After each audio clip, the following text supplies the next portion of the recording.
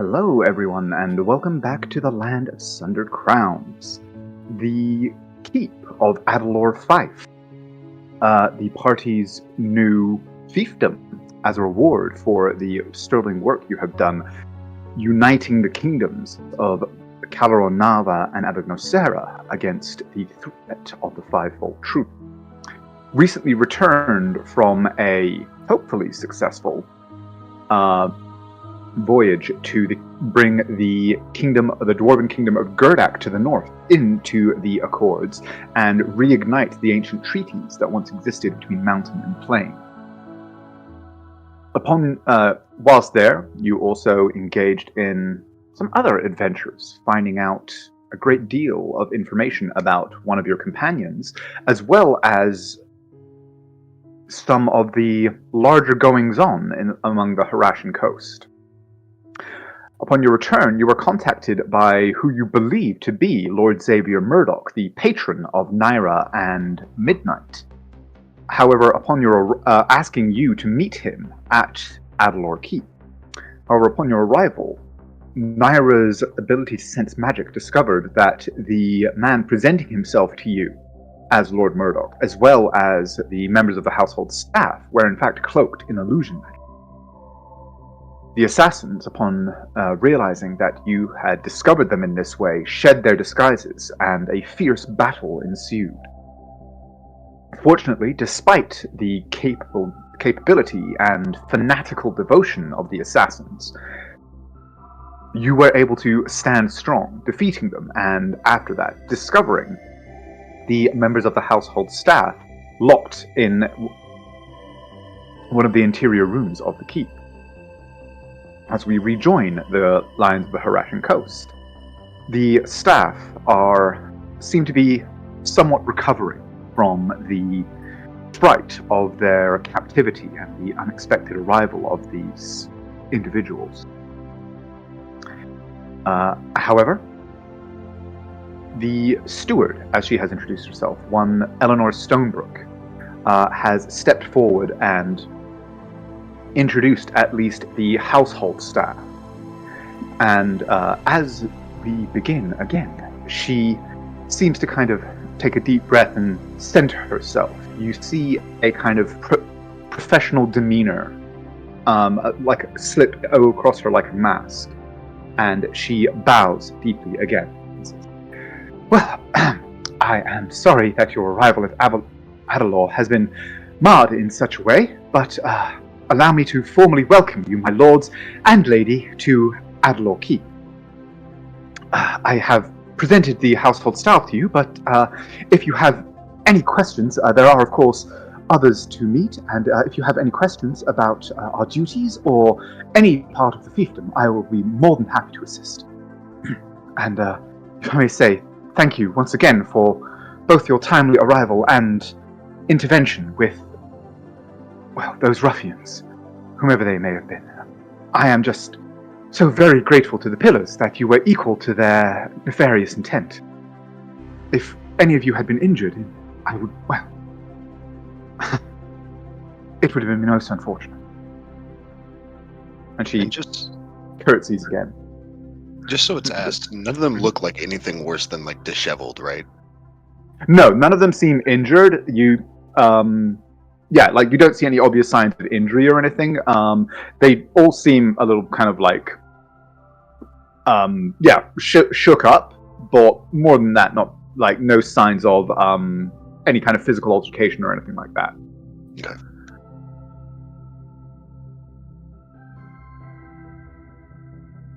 Did we introduce ourselves last time? You introduced yourselves as Naira introduced you as a group, as the Lions of the Harashan Coast, and I believe you introduced yourself and Uther as Lord and the Lady and Lord Lionsbane. Is that correct? Yes. Cool. So, and I think you also introduced Sir Lorium. No. Yes. It's so weird how No. that's an insult on several levels. Like it's insane. With zero intention of it. And but Wander and Midnight have yet to be introduced, I believe. That sounds about right. Milk Well, you're drinker. standing up front. Go ahead, darling.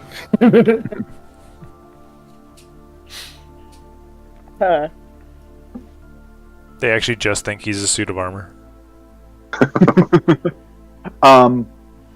But after a moment of silence, she kind of comes to herself again and takes another kind of closer look at each of you, seeing, especially on Uther and Laurium, the obvious signs of injury and violence.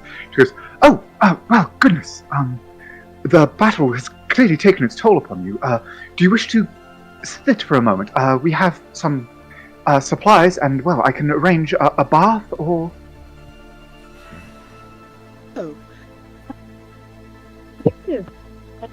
Really so very new for a lot of us. Uther, sweetie, why don't you come on up here? Certainly, Yeah. I can barely hear you. You're speaking so quiet. Am I? Yes. Is that better? Yes. Yes, much. I hadn't realized. Thank you, Uther. Why you always do it in character? And Eleanor curtsies again as you approach Uther and says, "Lord Lionsbane, it is an honor." And Nara will say, have you been briefed on us, or should we introduce ourselves properly? We're going to this evening towards everyone in town, so perhaps we should make ourselves look less bloody. So, as he'll smile at Naira and go, but you are correct. I am Lord Lionsbane, and this is my brother-in-law, Mr. Scout, as he would gesture over. And this is my, as he would turn back towards Laurium, and then back forward and go, head knight, I guess is the best way to put it. You can't see me, but my head immediately started shaking. No. She sort of sort of starts to curtsy and then sees that and sort of hesitates for a moment and just goes, "An honor." Yeah, pause of the bow, just staring at Laurium. He prefers informality. Understood. As well as, this is, Wander. I don't think Mr. Wander is quite appropriate, as he would gesture, but, Wander it indeed is. He does have some preference for, milk. As he would, smile and, Drinker. say, Wander, is there anything you'd like to say to introduce yourself to the, new help? As, he is one of, is a part of the family. He kind of looks at them and then glances to you, and then just goes, "What should I say?" You'll kind of pause, like, look away from them and just say, you should probably introduce yourself. Say something like, my name's Lord Lionsbane. Pleasure to meet you. It doesn't matter if it's a pleasure or not. You're trying to be formal and make them feel good. It's best to start things on a positive note. Actually, go ahead and give me a sense motive check, everybody. Insight. We don't do sense motive here, Andrew. It's not right. fine. Insight. Thank you. Like how we all I know like already. funny words, Magic Man.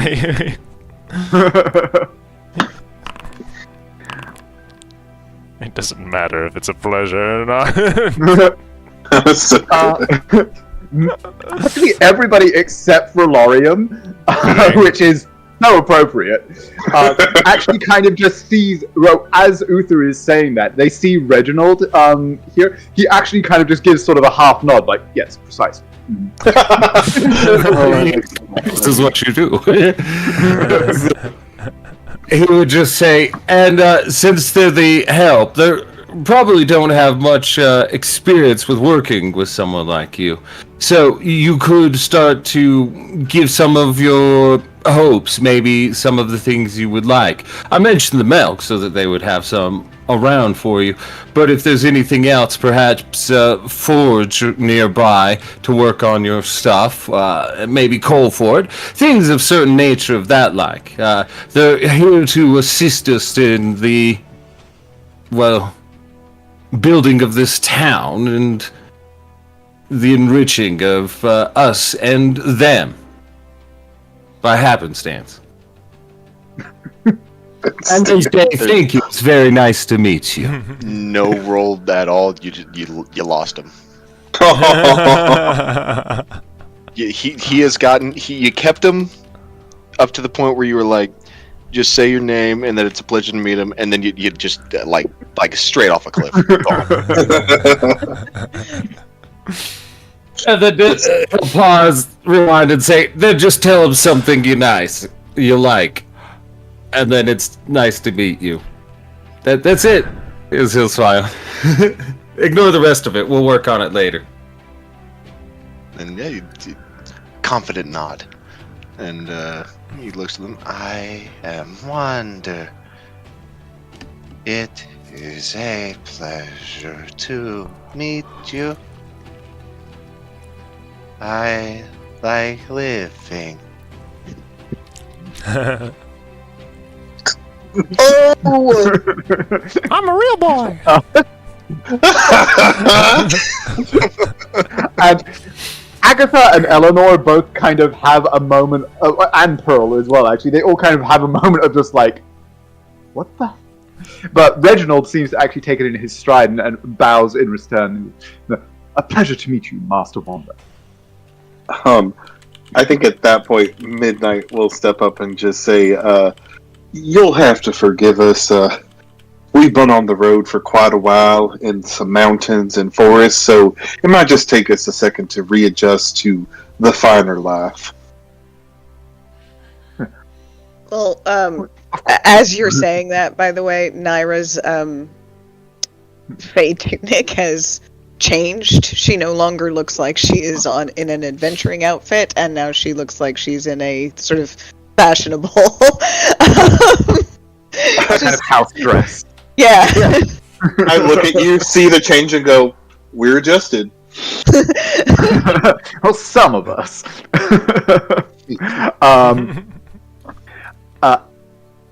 Eleanor, they all kind of sort of take another moment and just go, well, we are, of course, as we said, at your service. So if there is anything that we can do to help with your adjustment or help you to shed the cares and weariness of the road, you have but to ask. I am afraid that we are not quite fully staffed. There are a number of boys and girls from the village who will be assisting us in our duties once, all is arranged. But forgive me, we were not expecting you for some days yet. The arrival of, those who claimed to be Lord Xavier Murdoch this morning was something of a surprise, especially when they announced that you were expected.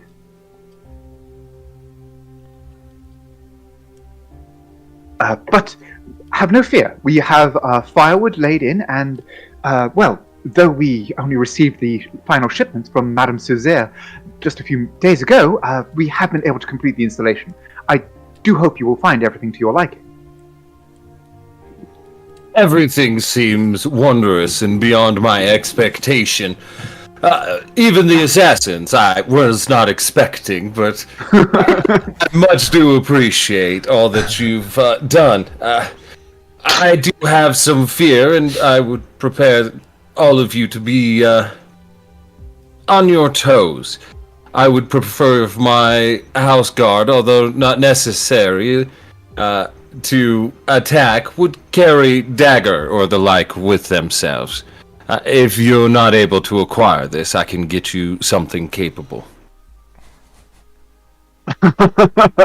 Just and they all kind of glance at each other and say, if that is your preference, my lord, I believe we have several such items in storage. I can have them broken out. Yes, I would prefer not to have a disarmed household, you understand. As we've already seen, things can become problematic. And Pearl's got 6 of them already out. She's like, Starts pulling them out of her hair. Eleanor kind of Her hair's a bag of holding. she does kind of shift a little bit and say, as you say, my lord, though, well, I'm afraid that most of us have little training or capability in such matters and would be of little practical use under such circumstances, but we shall certainly equip ourselves as requested.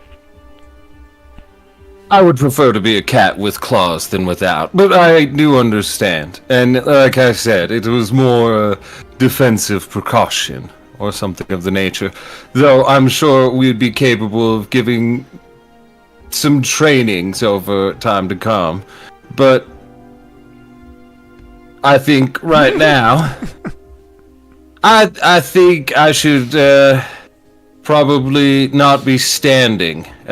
I'm pretty convinced I do have a concussion. Lauren will just grab the back of your head and fucking do 30 points of lay on hands. As you say that. and then Naira will smile at it's Eleanor?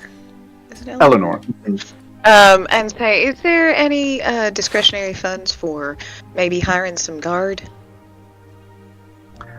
Well, the takings of the estate, I have the accounts prepared if you wish to review them yourselves, of course.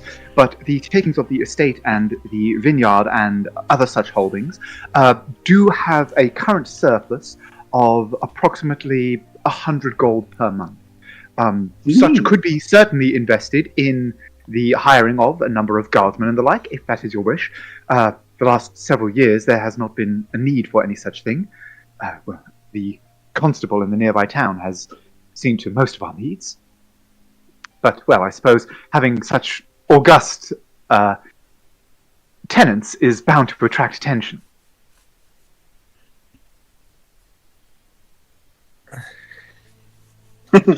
But I can certainly make inquiries, unless you have any such contacts that you wish to recommend. Tap lip, look at Lorium. Aren't they literally on their way now? Yeah. Yeah. On the boat. Yeah, you did. You sent them. I believe you sent to them and basically said, "Come meet us at Adalor." Yeah.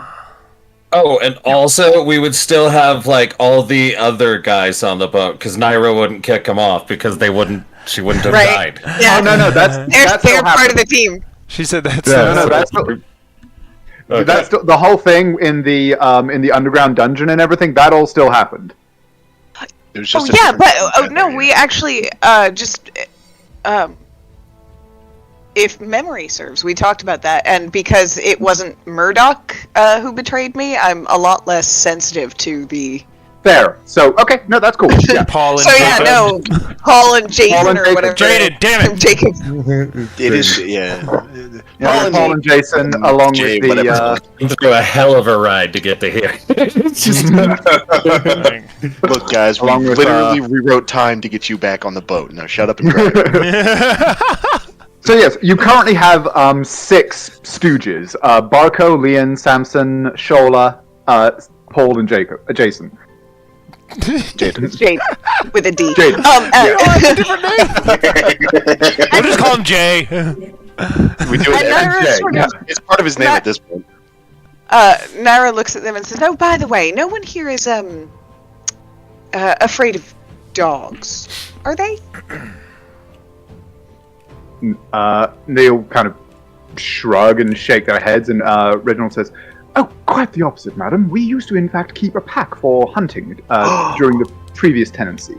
There, sadly, the knight's family did take the pack when the estate was put into administration, but, well, there are kennels on the premises that could happily be reinvigorated."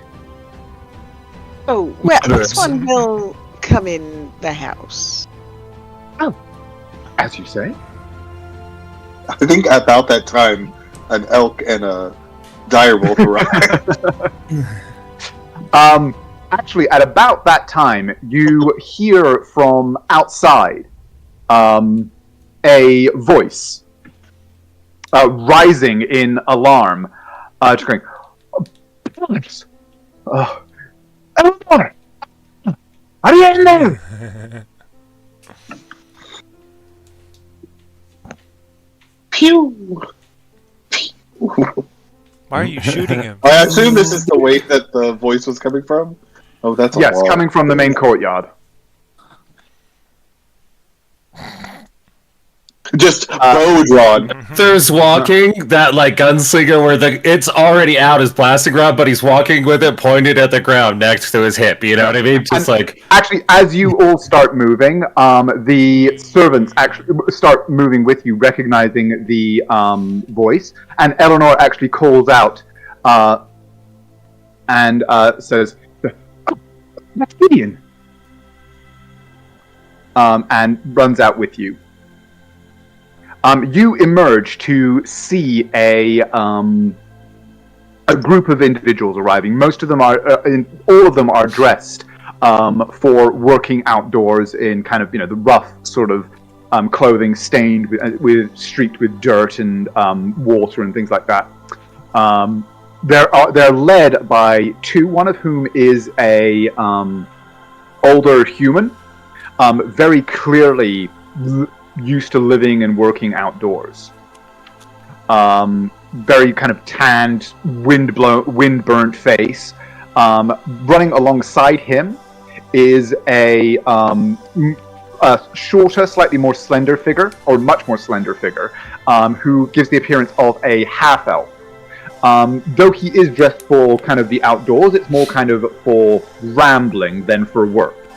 He's got comfortable walking boots, but a sort of nice, functional but fairly nice trousers, and then a kind of a smart tunic and coat over the top. And the two of them, the human, for his part, is clutching in his hands a what looks to be like a gardening hoe. Obviously, kind of quite alarmed by the sight that he's seen that has greeted him here. Whereas the half-elf is, for the most part, actually seems to be looking quite concernedly over here.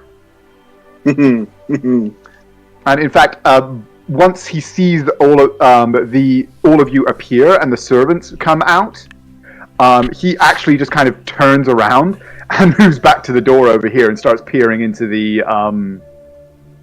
into what you saw were basically the pressing vats.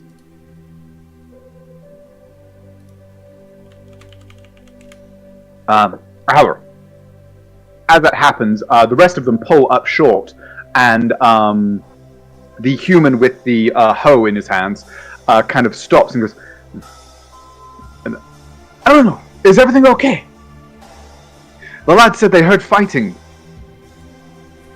And, well, what the pillars has happened here? Who are these people?" And he kind of, he somewhat kind of guardedly kind of points it at you as you approach Uther, but he does lower it as Eleanor, sort of doesn't appear alarmed at all. And since your approach, I assume, is not overtly aggressive. No. As I'm walking up, I would lean back, put my blasting rod into the holster after seeing as Eleanor is not going to lose her mind, and just walk up towards them and go, "Greetings! It was actually an assassination attempt upon your new lord. Though it appears some paperwork might have gone a little bit in the mail. But," as he smiles, "I am Uther Lionsbane." Oh, you're the new lord. Apologies, my lord. And he kind of doffs his hat and does kind of, the commoner's a bow of I'm not really formally done. I know that this is a thing you're supposed to do, but I've never received any training on how to do it, kind of thing. And as he does that, all of the others around him do the same. And he kind of goes, and the High Falcon is looking in. Apologies, my lord. Was there any damage? No, mostly I was healed by Sir Lorium. Just call him Lorium. As he gestures towards Lorium in the back. Just the one-eye just squinting at you at this point. You're having way too much fun with this. At that, Eleanor kind of glances aside, and Reginald steps forward and says, my lord Lionsbane, if I may introduce Gideon Thorne, the master of the vineyards, and Thelian Greenleaf, the vinter.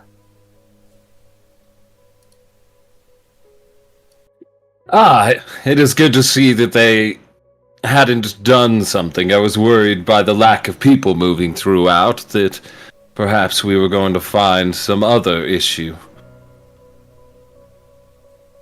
And he, you actually see him kind of glance around, and he says, thankfully, no. When they arrived, well, looking back, I suppose it is because they wished to avoid scrutiny, but the man who introduced himself, well, he introduced himself to us. I'm not certain of how he presented himself to you, as Lord Xavier Murdoch of Vanya. He asked us to send away all non-essential staff, as he requested privacy for his dealings with your arrival. A skilled magical illusion. Just nods. Indeed, I do hope that you will, given that consideration, pardon the oversight of allowing them to, well, manhandle you in such a way upon your arrival. It is no issue. As he smiles. We were more than capable of dispatching them. So I see, my lord.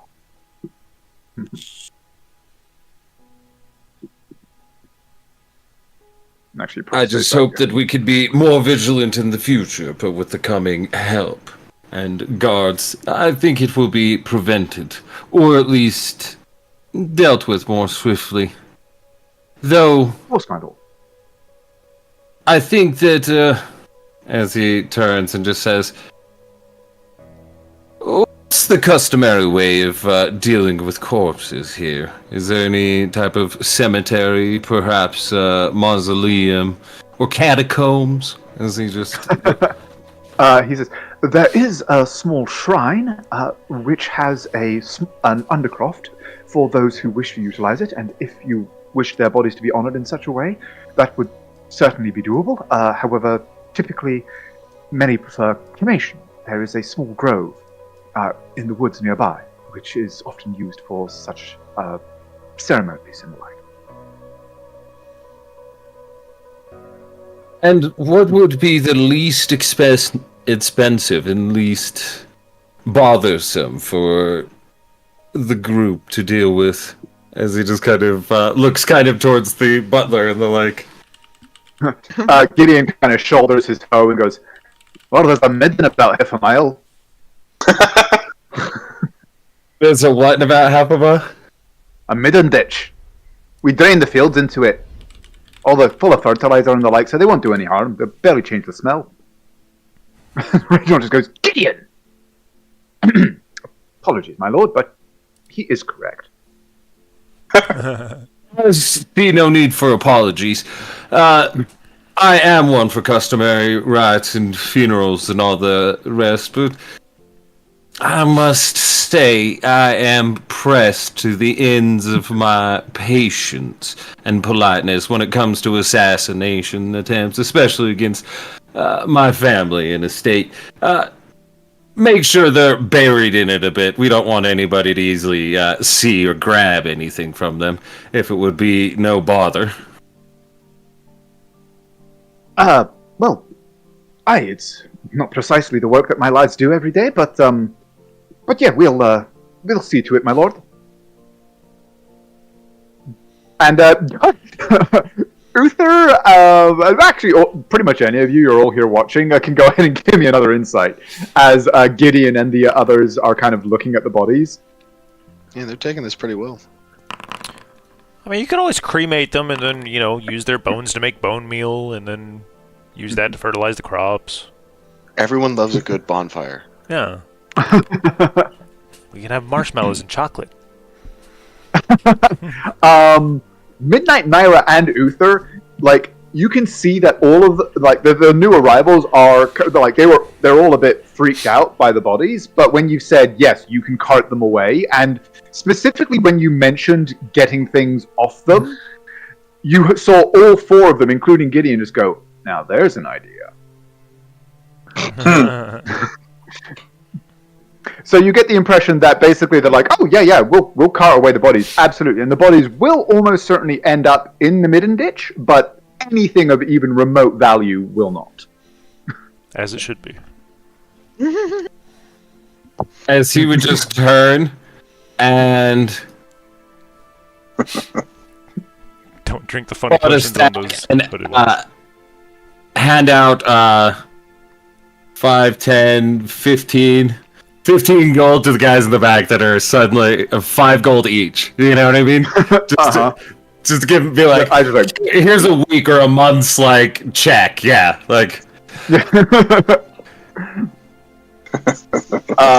as you do, they all just kind of sort of snap to the imitation of attention that they've seen kind of guards do on occasion and things like that. They're just like, yes, my lord. Absolutely. They'll be gone in just quick as you like. And and you would just kind of lean in and say, with their magical capabilities and the like, can you just make sure that the head is destroyed? Thank you so much. And just step away. They all kind of when you say that, they all sort of hesitate and then look down at the gold in their hands and then just go, yes, my lord. And they all move and start. Yeah, each of them one of them takes the feet, one of them takes the hands on this one, and this guy just moves over and takes the feet, and they all just start Make sure to loot them. They got some nice clothing and the like, easily washed out, and then just.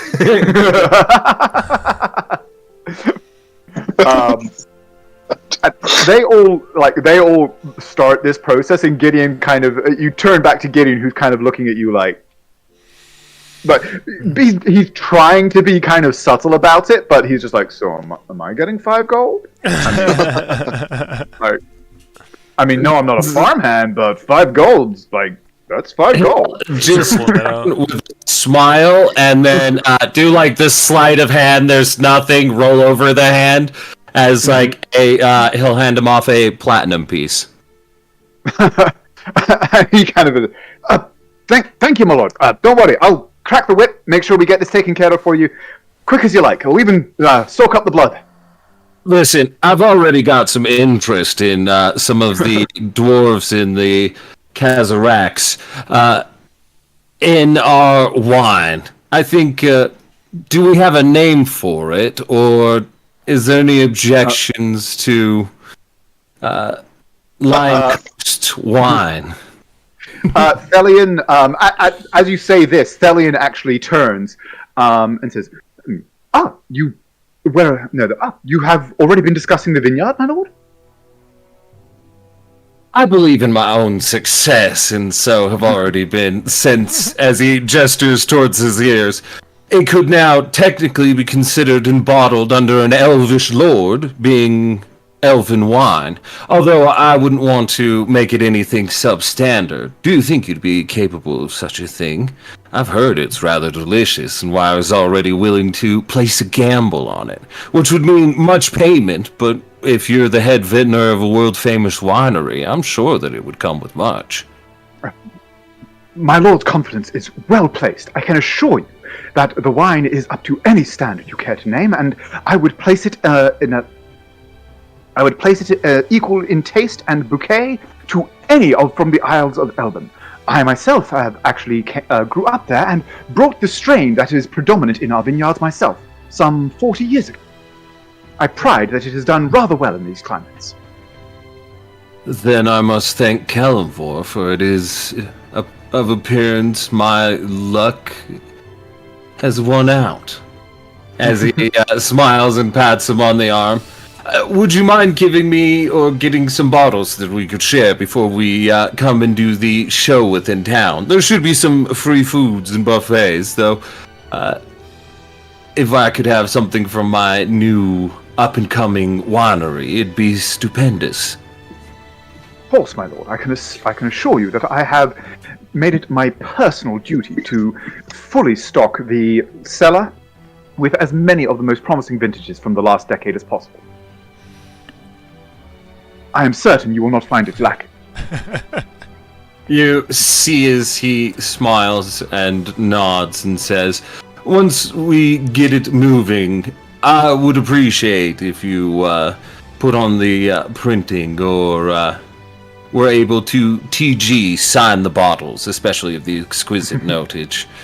You should be known for your skill. As he'll just smile, give him a bow, and then pause for a moment as he's going to hand him 10 gold pieces real quick. Just to make sure you're taken care of. Thank you, my lord. It is, may I say, it is a privilege and an honor to be serving, to have a lord, to have a lord in residence who appreciates such fine things. I can promise you, your faith in me shall not be misplaced. I'm sure it won't be. As he just smiles and then looks back towards the group. Just casually dropping like 50 gold. Before you turn, Thelian just says, as to the name, my lord, well, the grape is... The grape is the famous Pregosa Dark. However, I have been flattering myself to simply brand them as the Pregosa Adalor. However, if you wished a alternative naming or vintage or anything of the sort, I am certain that can be arranged. My mind is somewhere with Lion's Coast. Perhaps Lion's Coast Pregosa? Marvelous, my lord. Would you have an objection to it being written in the Elvish tongue? It is something in vogue in Perona, I'm told. Yes, I think it should be done in that manner. It will lean to preference. Marvelous. We should do Lion's Head. One of them, though, should definitely, as he slow turns, I think it should be wearing an eye patch. You just sort of get a message real quick from Naira that just says, what about the Lion's Pride Reserve?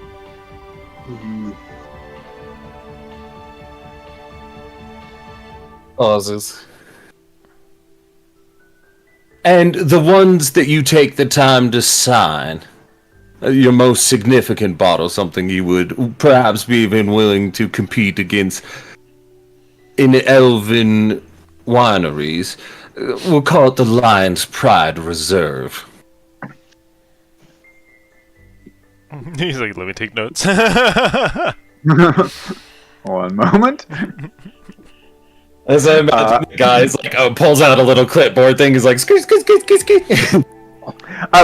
Actually, he does kind of pause for a moment, and then he kind of reaches in and takes out a small kind of journal book with a pencil, and very good, sir. I shall make arrangements. There is a calligrapher that I partner with for the labels. I should be able to have some small, a small batch ready for your perusal within a week or so.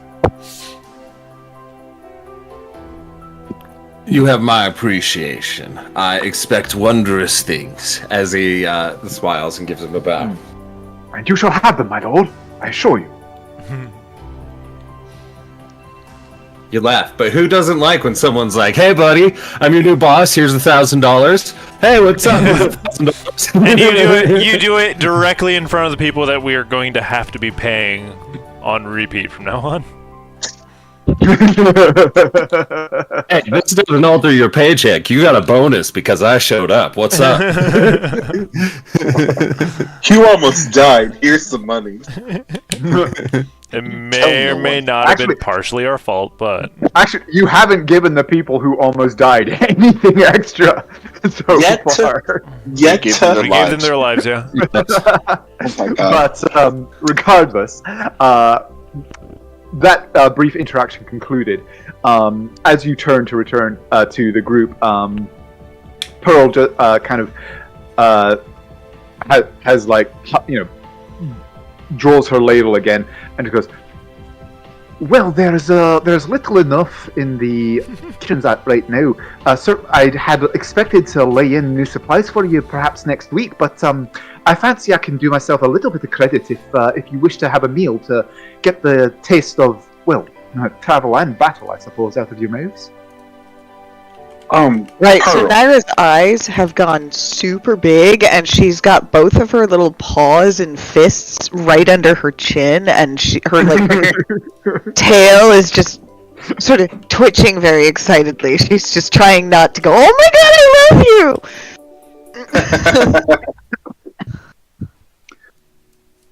you! Pearl. Actually, I know you're talking about stock and everything, but you don't happen to have like a garden that you use for your cooking? And she kind of looks from you to beyond the gate, where there are fields stretching away from the thing on every side, and she says, "Oh, well, there's several plots among the. Well, it's not all grapes here, you see. I take what I need generally from the fields." Okay, There's so that the villagers maintain, and well, as the cook of the house, I'm able to take from them as I need. right. Well, later you and I'd like to have a talk about maybe making us a little private garden. You and I will talk about mushrooms later. Oh my god. Mushrooms. Oh, Oh no. now there's an idea. We'll talk, Pearl. We'll talk. But are any of you hungry? Or do you have a preference for dinner? I have a little bit of venison left and some beef that's doing quite well. It's not the best cut, of course, but you put in a nice old stew and it's good as anything. Do you have any specialties that you can make with any of those? And she kind of, she sort of pulls herself up, like seems to kind of puff out her chest and then stand up a little straighter. And she goes, "Oh, I do. Well, you see, when I was a nipper, I travelled around with my family in a caravan. We went the length and breadth of the coast, you see. So I was quite a little bit that I know. I can hold my own with those from Perona if they like, and well, there's nothing like a nice little Vanyan stew, nice and simple, but well made. They're good as anything. And well, if you want, I can even go a little bit, some of the spices from Elven. I've got a decent supply of them still kicking about. Vanyan stew tagine. happens to be one of my favorites. I would love that if you could whip that up. Oh, absolutely, yes.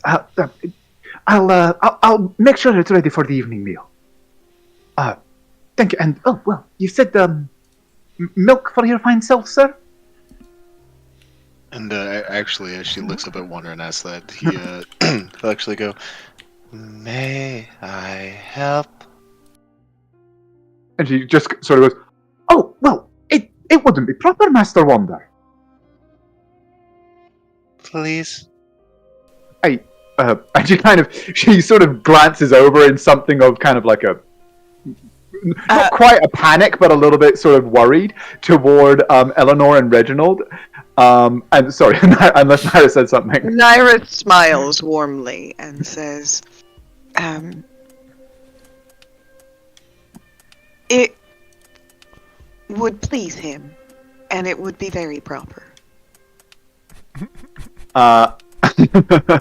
It's one of the And things so you never she- get to do. And she just kind of shrugs and bobs her head slightly. Her head just goes whoa, whoa, whoa, whoa. It makes a noise. And she goes, as you say, my lady. Then certainly, Master of Wonder. The kitchen is just this way. I'm sorry, can it be canon that, like, she pulls all her utensils from her hair and she has, like, a bag of holding in there? Like, it's just, like, anything she needs, she just reaches in? The weave of holding. The week of holding.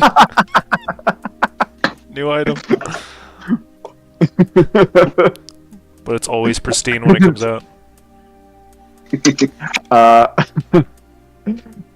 And yes, she starts kind of scurrying off in this direction, kind of looking back to see if you follow her. And as he leaves my range, I take my opportunity attack. He actually just does it to trip me. It's very humiliating. There we go. Hang on, the walls are a little screwed up here.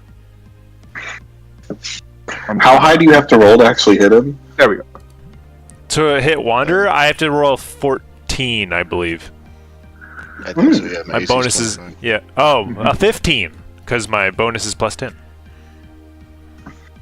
And yeah, Wonder, she leads you into a very well appointed, decently well stocked. It's quite obviously not as full as it could potentially be. There's plenty of like empty shelves and the like laying like everywhere that you look, but it's got certainly for a medieval times, it's reasonably well stocked, plenty of food kicking about. One other thing you notice is that although all of the counters are human sized, there are kind of stepped shelves that are laid up against, like benches basically, that are laid up against each of them. That she steps up to and down from as she starts bustling about, kind of puts a big cauldron in front of the fire. And just, do you have any preferences as to, do you prefer to help with the preparation of the food itself, or would you like to do the stock? Handle the knives or the soup, basically. They'll say, I can do whatever you need. Oh, well, I must say it's a somewhat novel experience to have such a polite and, competent help in the kitchen here.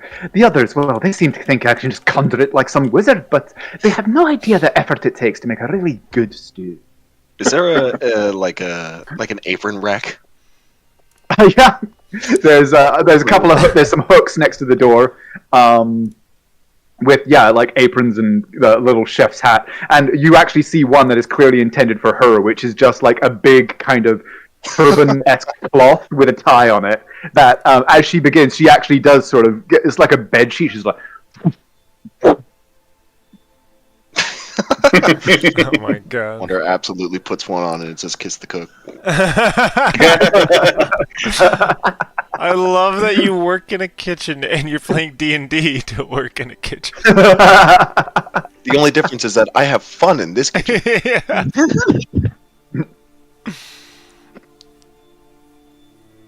I'm also wounded currently in this one. That does not change anything.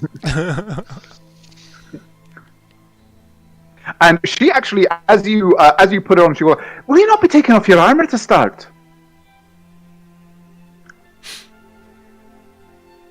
It's been a while since he's had to answer something like that. She's like, He just kind of looks down as he's tying up the apron in the back and he's fumbling it a bit. But he just kind of looks down and then looks back at her as she's doing that, and he just goes, I will not. and she just sort of pauses and goes, "Suit yourself. I meant nothing by it. Just, I thought you might want to be a little more comfortable, especially once the fire gets going. It can get fearful warm in here." The heat is nice. As you say. And yes, the two of you busy yourselves cooking away. Go ahead and make a is it a chef's tools roll? Do you have that? I have Cook's cook's utensils? utensils, and also utensils, yeah. it is up to you what ability score that uses. I would love it to use wisdom, but that is entirely I mean, up to you. honestly, that kind of makes sense to me. Like, I would love it to. to be fair, like, yeah, that kind of makes sense to me. It's about like how much of this do I put in. It's all about making kind of judgment calls. So I'm happy for that to be wisdom and roll with advantage because you certainly are doing it with assistance. Most important role of my life. No! Red a one. This is so sad. But still not bad final outcome. She'll It is never let edible. It is edible. She'll never let you. That's look at more your than hand. edible. Mind you, 10 is like She actually, average, so that's like a Denny's like Grand Slam is a 10. yeah, it's like it is better than average. It's not spectacular, but it's better than average. Although she does kind of tut a few times as you work. She says, "I told you should have taken the damn armor off. You're mangling them potatoes something fierce." How long? Like, how much of a meal course are we prep? Are we prepping like for breakfast, or are we prepping like a fucking 5-star No, meal? this is like dinner entree. She actually does talk about how like I do wish I had enough of the fancies to do myself proper credit and give you more than 3 courses, but well, a small garden salad for starters should do enough. And well, I think we've got yes. Well, you said you liked milk. Have you ever tried whipped cream? What? A couple of vanilla pods. You throw them in, and well, you give them one of these. And she kind of holds up she holds up a whisk. She says, you thrash it about, and well, eventually it gives a little bit of structure. It's fierce lovely. He'll actually immediately like start trying to make whipped cream. he was kind of like, oh man, and then he kind of like looked at his hands like, I could take off my armor, but it's gonna take forever. Then he did that, and he was like, Go ahead and give me another roll for the whipped cream. You'll get a lot oh, smaller whipped too. cream check, whipped cream check, let's go. I have a feeling I'm gonna make the same check next week too. Cream check, here we go. Cook's utensils. Am I doing this one with advantage too? Yeah. She's helping you. Yeah! Oh, there we go. That's the best goddamn whipped cream. Well, me, I think we found your talent there. You're not much for the savoury, but dessert, that seems to be your bag. You're a baker. Pastry chef up in here, man. Mm-hmm. And his bones, his metal bones. While this is transpiring, what are the rest of you up to?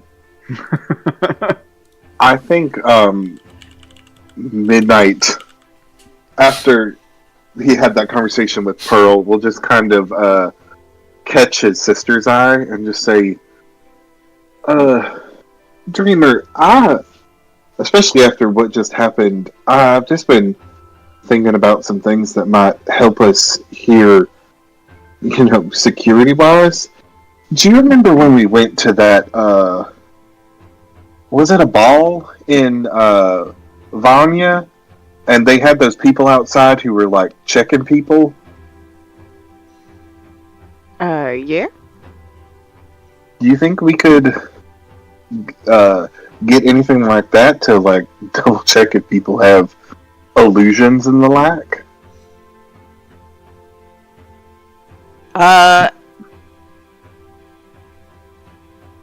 I don't know. She looks toward the sky for answers. Go ahead and give. Actually, yes, Naira knows about the Gem of True Seeing. I was going to ask you for a roll, but what even is the point? With your what is your passive arcana? 23. Yes. 23? Yes. Naira knows about a Gem of True Seeing. 29. I know that they come in purple. Explodes.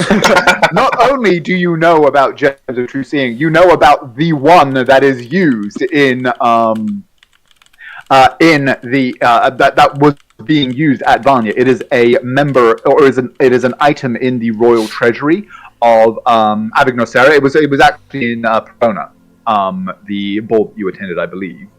Right. Where they were Do they using the thing. Do they have anything that we can basically put on our front door? Yeah. Nothing that would automatic. Well, in theory, yes, it would be possible to construct an enchanted waystone that would dispel magics and the like. That would be a very powerful, very complex piece of enchantment, potentially much cheaper. Would basically just be like something that detected magic, basically like an airport alarm for magic. Or a store alarm. You walk through our front doors, like, beep, beep, beep, beep, beep, beep. But wouldn't wouldn't we set that off every time we walked in because we have a bunch of enchanted items on? Like, if somebody was just wearing a ring that made them look a little bit prettier, wouldn't that set them off? They can be attuned, shall we say? That is because they are you're familiar with this as a kind of security measure that some nobles put on their establishments, and they can be kind of attuned to avoid embarrassment, shall we say? And how much would that be? I will let you know. Awesome. Next time we get to the and Naira will explain about that. And she it would also be. Oh, sorry. Go ahead. I was just going to say it would also be potentially possible to get like a gem of true seeing or something like that, but that again would be quite a powerful item that would need to be sourced, most likely from one of the towers in Vanya.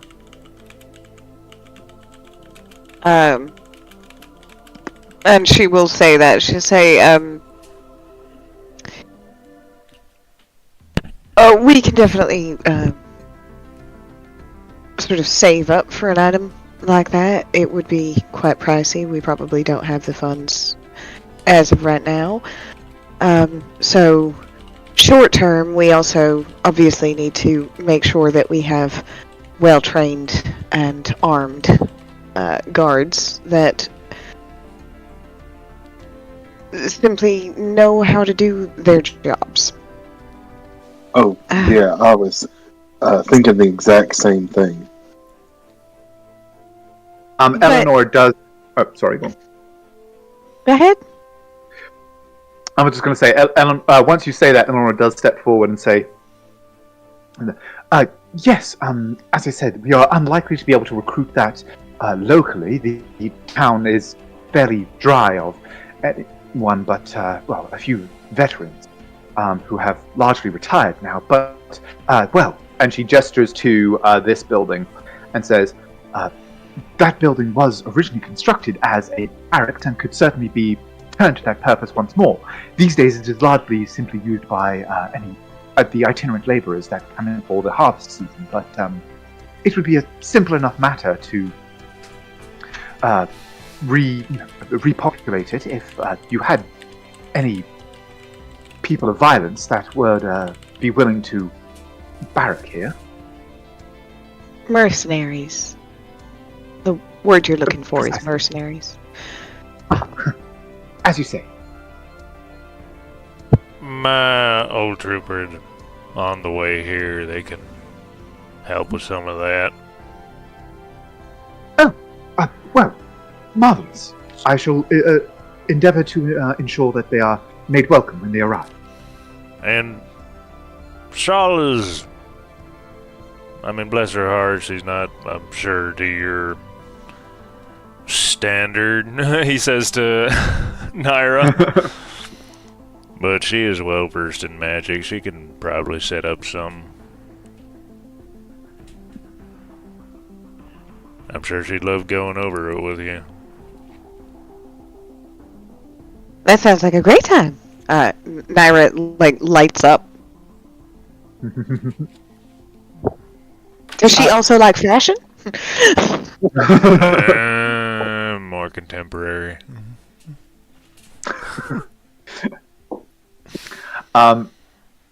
Eleanor turns to Agatha and says, Agatha, would you ensure that the barrack is made ready? No.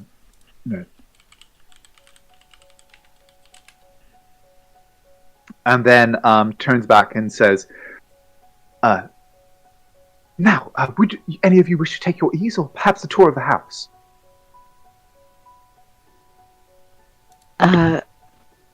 tour of the house would be a wonderful idea. And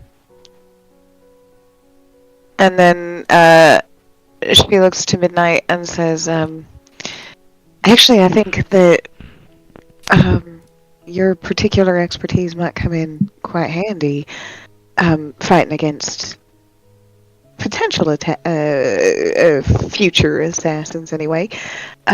Do you think you could go around and, well, come up with, like, literally any possible idea to kill us?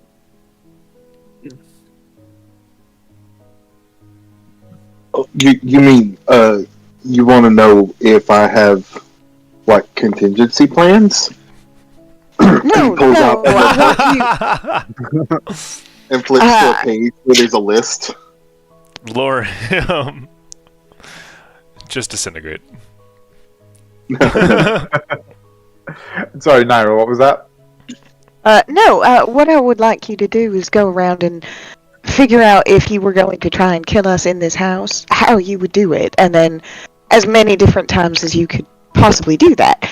And then the next stage of that is to go through and sabotage all those places so that if somebody tries that, they will get significantly injured, and then we can question them. Yeah, I think I can arrange something. Let's take that tour, why don't we? And he'll gesture to Eleanor. And she kind of answers, very good. Well, if you will follow me. And then he'll turn to his sister and he'll say, so, like, how injured is too injured to be questioned? As long as they don't die. Oh, okay. And he'll make a little note. Well, who cares? Even then, we could just bring him back. Yeah, but if it takes us a while to find them, like, that just gets expensive. We might as well save. They die in the attic. And Eleanor begins to lead you through the... Oh, sorry, Lorian. No, I was making a joke. Eleanor begins to lead you back into the house, and she now seems much more kind of like at home and collected, as if kind of she's like, okay, back on script. Now, as she begins to it doesn't come across as particularly like practiced, but clearly something that she is very comfortable doing and discussing as she begins to lead you through the house. Now that the initial urgency has passed, you can see that that Adalor Keep was very clearly built from the start as a noble keep. The walls themselves are of thick, sturdy stone, but the interior, the wooden walls are very richly engraved and paneled. There are tapestries and paintings across many of the walls. There are, as you can see, area rugs and the like, covering much of the bare stone. And despite the fact that all of it is quite clearly, fairly old, it's also very well taken care of and has this kind of air of sort of urbane nobility, genteelness almost, as she leads you through. And she begins talking about how, she brings you through the foyer, pointing out particular scenes and saying, and kind of pointing out, oh, this one that tapestry there was commissioned by the master of the manor some 150 years ago to commemorate his participation in the battle against the Haldoran rebellion, and spouting off such kind of small tidbits of knowledge and things like that as she passes through. She says, here in the main hall, off to our right, we have the servants' quarters. Through there are the stables and some of the storage rooms that are currently, unused, given the needs of the domestic staff. However, if we continue this way, there is the primary drawing room and study. I have been utilizing it as my office, and as such, it contains much of the current accounts and the like of the fiefdom for the last decade or so. However, should you wish to utilize it for your own purposes, I can ensure that another chamber is available for myself. Well. Just, oh, how marvelous, my lady! I didn't know you played. Well, I'm a little out of practice.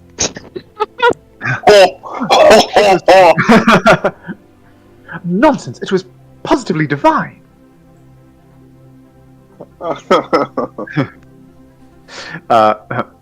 Through there is the the main dining hall and the kitchens, where Pearl and your companion, Master Wanda, are currently preparing our evening meal.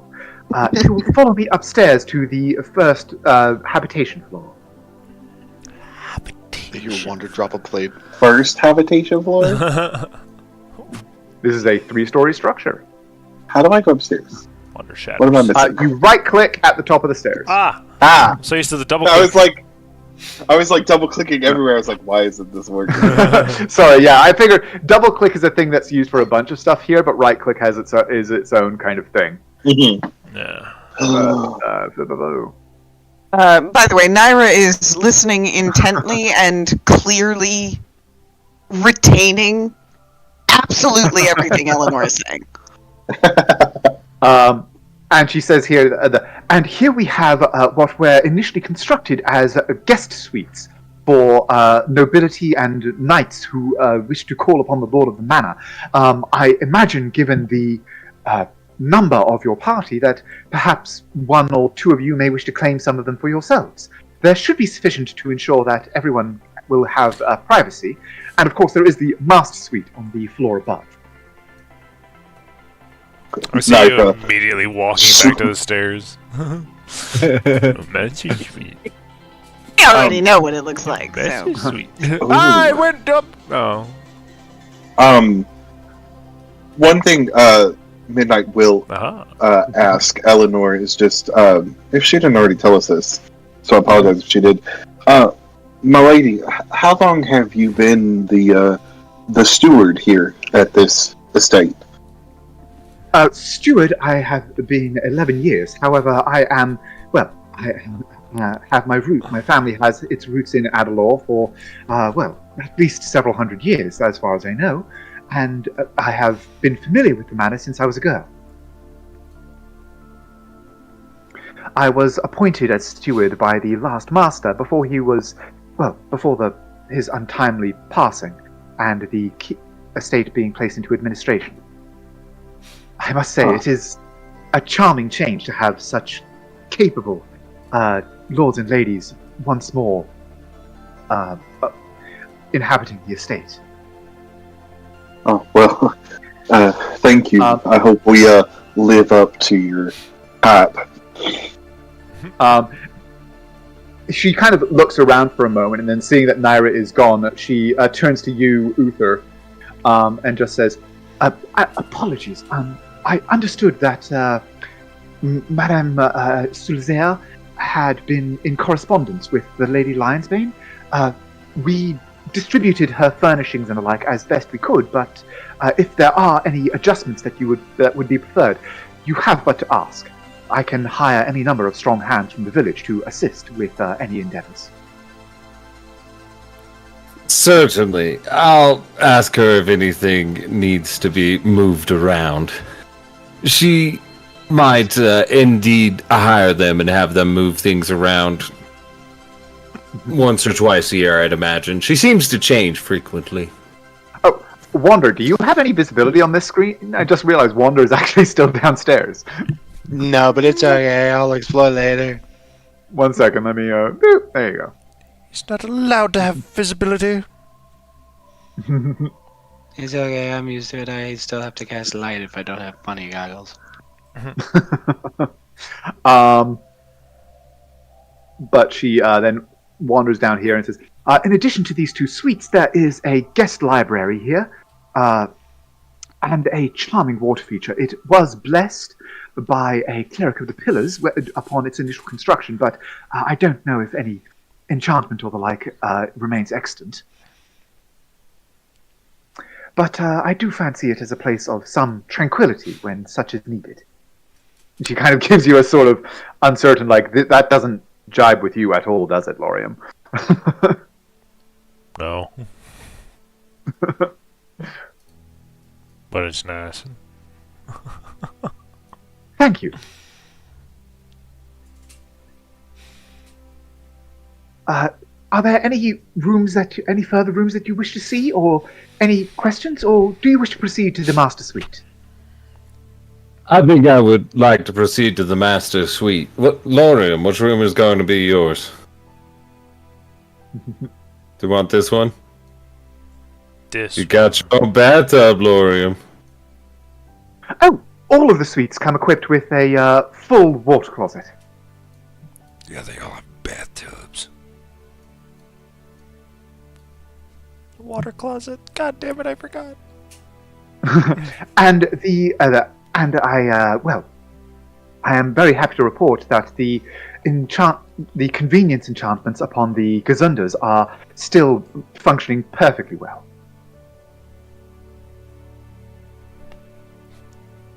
Is it like the On plumbing? what? Is that the plumbing? Do you say that at midnight? Oh, hell yeah. I'm sorry. She goes, convenience enchantments. Upon utilization, if you replace the lid, there shall be no further need for the unpleasant business of disposal. This map is awesome. His house, I mean, not his house, his jaw just drops. Lorium just walks onto like the fucking, what are they called? God damn it, the walkways. Battlements. Yes, he just walks onto the battlement, starts throwing excrement off the fucking side. No. Yeet!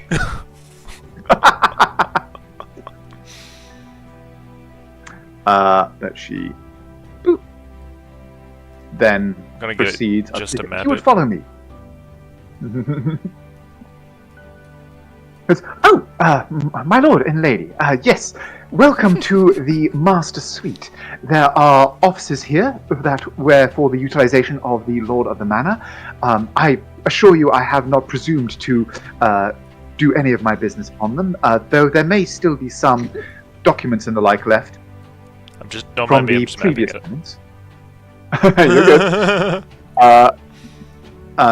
There is a charming reading area here, which has the most magnificent views of the vineyards especially at sunset, being westward facing. I look forward to them.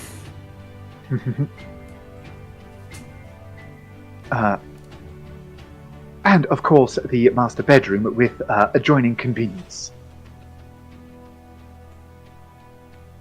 Step out, look out from the big bay windows over his new domain and be like, nice. And yeah, like it is actually a fairly magnificent view. The keep itself is on a small promontory above the village, and so from this third floor, you can see for miles. To the south, you see the village nestled around its little bay, a little just beyond the immediate area around you. To the west, there is the Surinalo River and Avignosera beyond it. And to the north, the Turton Wall, and then the like forests and wild hills that stretch to the north. We're gonna get all these armors remade to just look like Wander. Yes, and then we can have a little guessing game where I just replace one every once in a while with myself. Oh no, Then it's I'll gonna really get real I'll awkward. animate them. Since this is, their room. It's gonna get real awkward when they just don't realize for a second. You don't move. Guys. You just don't even say anything, you just walk downstairs, they just hear clank, clank, clank. It's super loud. They're like, oh my god, how long was he there? The whole time. From down the hall, he just goes, days. Does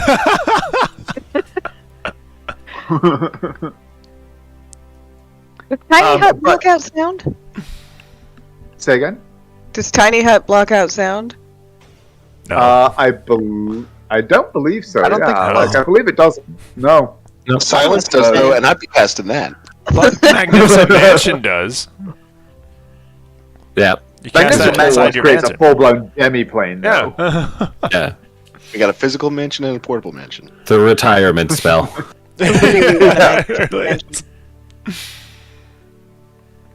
You know what? I fancy a nap. Click.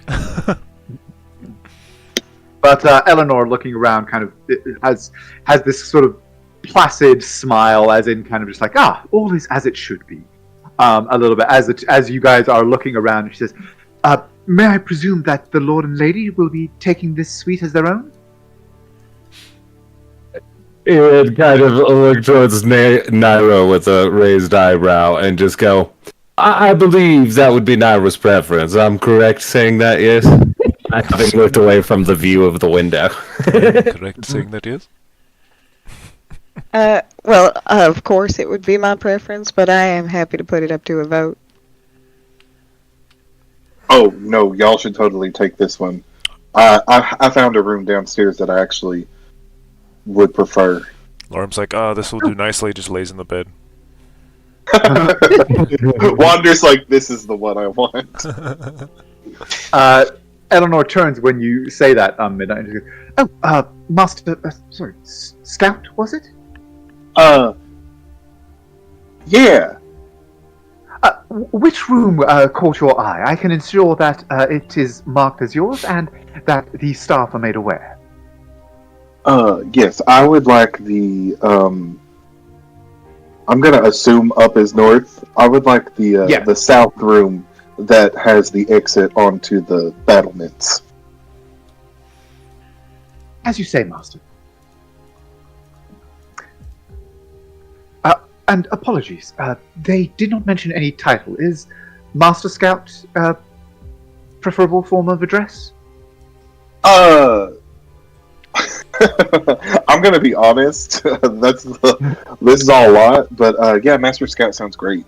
Or as we get to know each other, Midnight would just be fine as well. As you say, Master Scout. And when he goes fishing, you can call him Master. I'm gonna shut up now. He just turned me a second.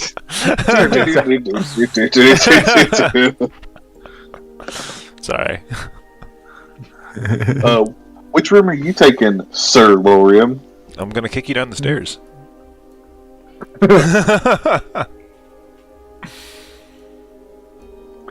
I think the one directly above yours. Yeah. Yeah. Yeah, Eleanor will accompany you down and sort of walk around them with you, just going, very good, Master, Sir Lorium? Or... Just Lorium. You can just call me Lorium. I'm not one for titles. I'm one for pleasantries. Very good, Master Lorium. Whatever. Midnight just makes eye contact with you like, oh my god. And you goes, are there any adjustments that you would like made to the furnishings or layout?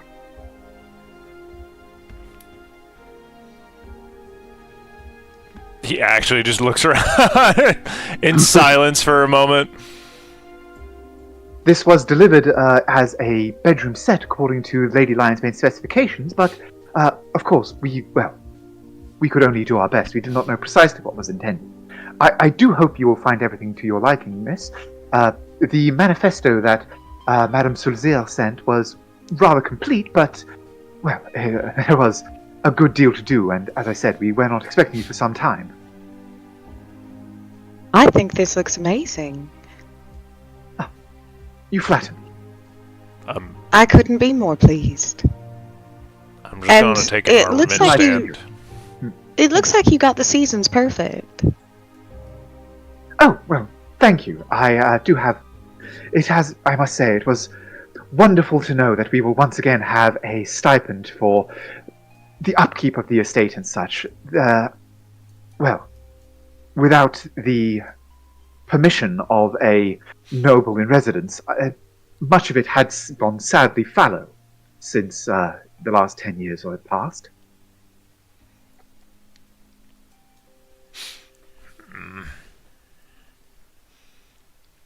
I hope you don't mind if I carry an armament stand up here. I usually put all my stuff on the floor. He's trying not to... And she just kind of goes, well, I can certainly have one made available for your use. We have, I believe, at least 2 in storage. I can just carry it, it's fine. As you say, when you are ready, just let myself or my wife know, and we will be able to show you where they are kept. Thank you very much. And then she kind of comes out and says, are we expecting anyone else? There are 2 slightly grander suites on the northern side of this floor. If that could be made available to you, Wander's Master taking Scout one of or those. Master Lorian. He's getting pampered. Oh, I don't. Go Lorraine ahead. specifically chose one of these 2 rooms because it's smaller.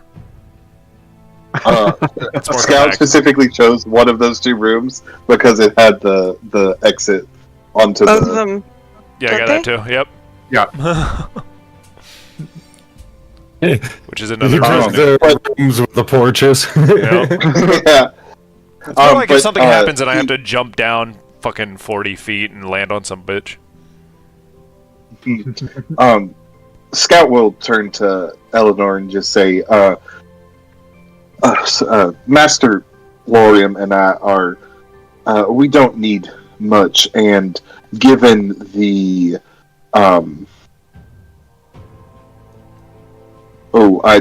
my mind just blanked on words. Given the prominence of Lord and Lady Lionsbane, I think having grander rooms for their guests will do nicely. A marvelous consideration.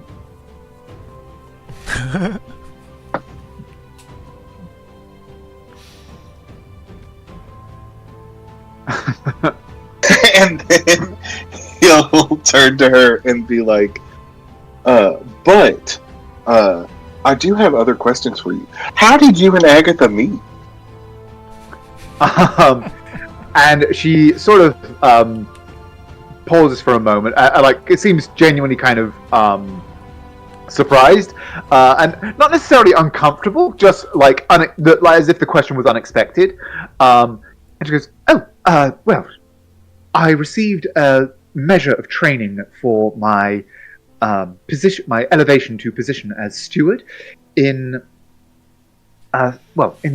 some school in Varnia for staff and the like. And well, she was also attendant there. Was it like, did you know right away or over time? There was an initial fondness that cannot be denied, and well, as we studied together, it grew into, well, it seemed natural that when I returned to my post here, that she accompanied. Fortunately, she was most studious and has performed her duties admirably. That is absolutely delightful, and I just want to say y'all do make a very striking couple, and I look forward to getting to know both of y'all over the course of this. I hope that we can do just as well, if not better, than the previous tenants. You are too kind, Master Scout.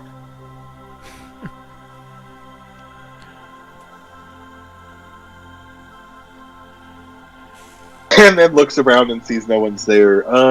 Should we find the others? He's Certainly. Lorm's literally just in the room staring at the fireplace, sitting down. It's like, oh.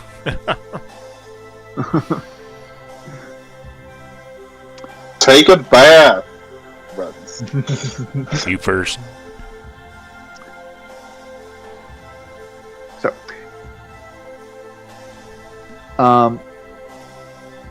over the course, as you continue to explore the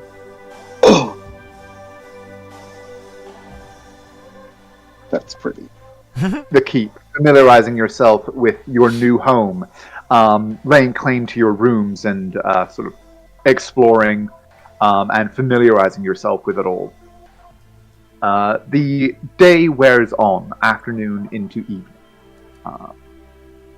As you do so, throughout the keep, small lanterns shimmer into life, without any apparent need for a lighting to proceed. However, you do see Agatha moving through the house as the darkness starts to draw in, lighting the various fireplaces, and ensuring that there are cheerful flames in all of the hearths, in addition to the illumination that is provided by the magical lights.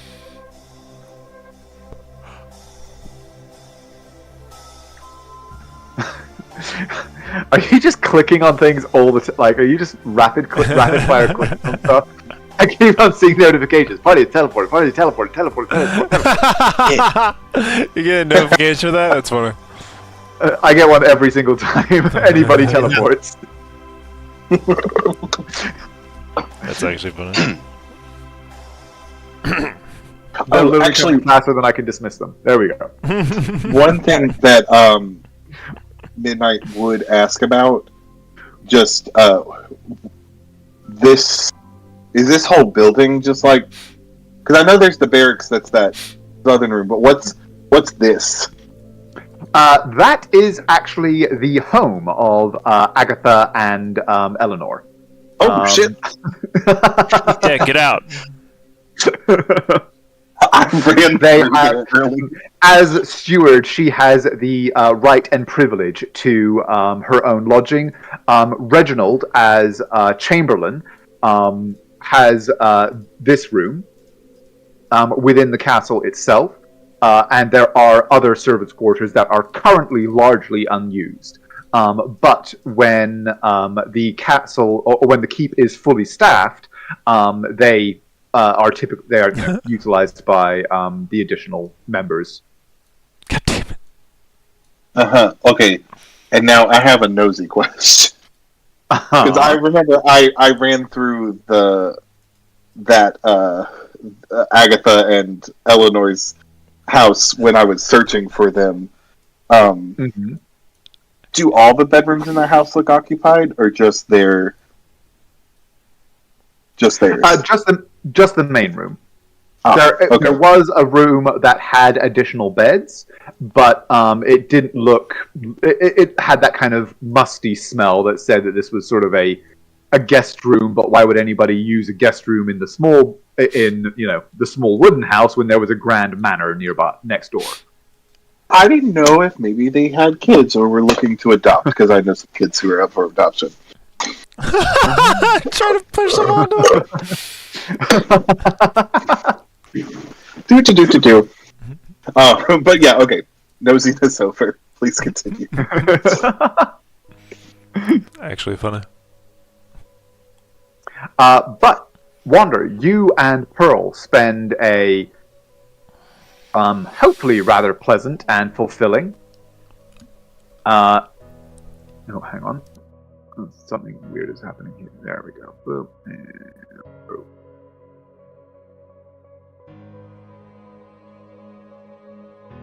Oh. There we go.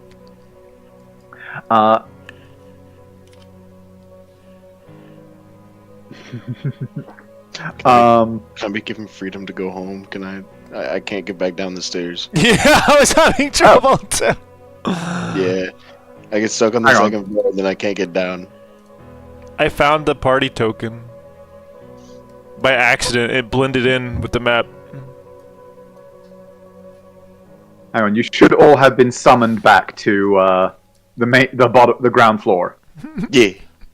Yeah? Fantastic. But, as I said, the afternoon wears on into evening. You see Agatha moving around, ensuring that there are hearths, there are cheerful fires in as many of the hearths as possible. Most of the interior lighting, in terms of actual illumination, appears magical, as I said, and kind of glimmers to life once the sun begins to set and the windows stop providing as much of the illumination as they had.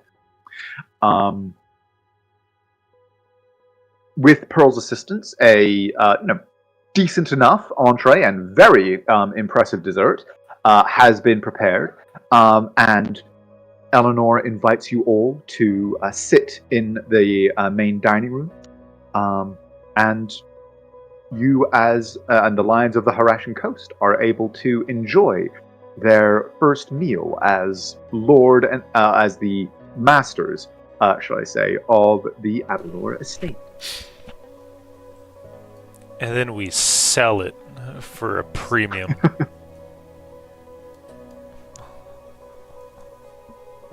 That would be awful. Also very illegal. Yes. Who's going to stop us from violating the laws? We begin kill stuff for money. We begin Airbnb. A truly heinous crime. We crash that. I mean, honestly, like that wouldn't have been that wouldn't be entirely out of the realm of possibility, considering how historically a lot of these kind of noble estates were utilized. Yep. Regardless, in this case, it is actually during the meal itself.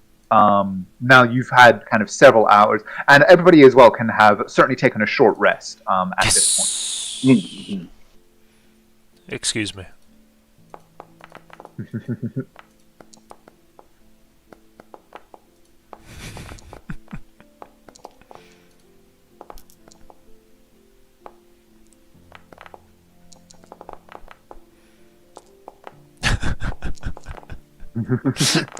The slow rolling. A silence descends and the dice are rolled one at a time. Dude, we're all just like... Cole, we rolled the same amount of dice. Oh my god. Besties. Besties forever, except I'm not at full HP yet. Yeah. Oh my And God. actually, you didn't. He rolled 5, you rolled 6. No! Well, why did you have to tell him? I was practicing lying.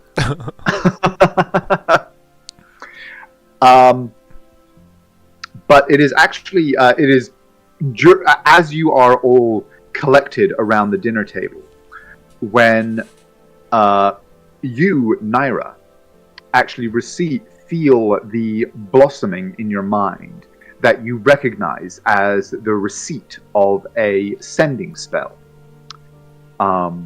As Pearl is bustling around the table, doling out bowls of fragrant, richly spiced venison stew, you hear his voice, the familiar sound of it appearing in your mind.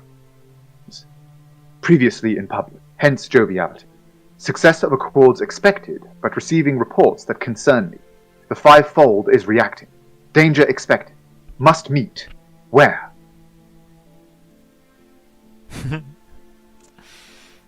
I will go ahead and pop that in. God damn it, now we need a magical code word. Truffles. Pineapple. Safe word. Safe word, safe word, safe word. Nightmare. And who was that sent to? And that was sent to Naira. And Naira, while you consider your response, I am going to get a top up of my drink, and we can take a 5-minute break. I can't see what this says. Oh. Well, let me pop it in. I'll pop it in Discord then. Oh, I don't think I have common listed on my actual things that I can talk. Did you forget common to learn another language? Because that would be very Naira-like. I just speak exclusively in Sylvan now. The funny thing is that is something you can do on the character sheet. When creating the character. I've done it before. It's funny. But was it useful? No. It was a hindrance. I'm actually quite the opposite. Well, I'm just gonna very quickly just do that. Do I believe this is genuinely from him? it certainly sounds like him, and you do you recognize it as him. Go ahead and roll me to answer your question, yes, you do. Actually, just that. Based on manner of speech and sending pattern. Yeah. I can do an insight if you want. Getting point across. Yes, actually. Go ahead and roll an insight. I am not at my desk, though, so give me a moment. I'm going to top up my drink, and I will be right up and let you know how it goes. Please, it's an at 20. I have enough. Uh-huh. You do have that Crispiration. Oh my god, I do. If more assassins come, though, I really want to be able to do that. Be a wind strike again? Oh my god. We can only crit once. Yeah, I know, but it's still so much damage. Oh yeah. It's so much. It is a And you can controlled. choose which one you crit on. It is a controlled fireball with a built-in teleport. It's awesome. Yeah. Mm-hmm. And looks so badass. It's literally just Virgil from Devil May Cry. Tyler, out of curiosity, when you decided to make Wander, did you just sit down and go, I'm going to be a combination of Cole from Dragon Age Inquisition and Bender?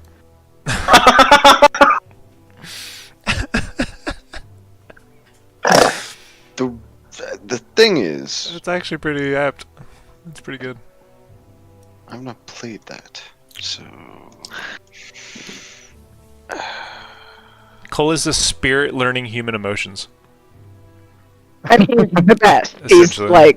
he is my son, and nothing bad can ever happen to him, and I don't understand anyone who makes him human. Makes me sad. I want to cry. well, I can guarantee you that's not going to happen to Wander.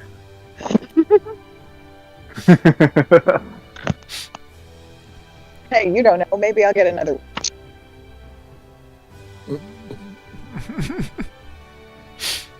I've done both. I made him human and spirit. Human gives him what he wants. Spirit makes him, well, not depressed.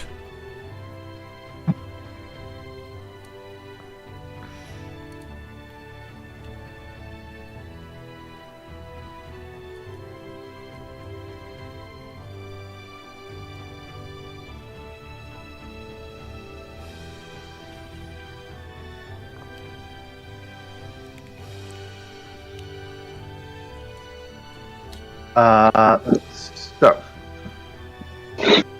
is everybody back? Everybody ready to go? Yep. Yeah. Get a drink. Okay. So, Mara, you are sitting down with your companions, enjoying Pearl's and Wander's production from the kitchen, when you receive this message, which you believe to be from Lord Murdoch. And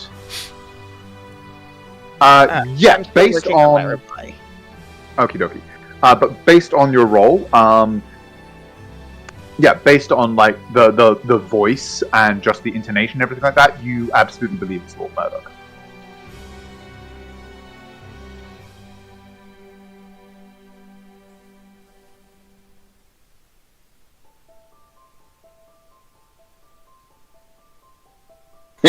Midnight just looks up at Wander and goes, "You made this?" You're eating the stew, and he just like looks down and goes, "No." Oh, okay. He like looks to Pearl, like, what? I thought he helped. He did. Sorry.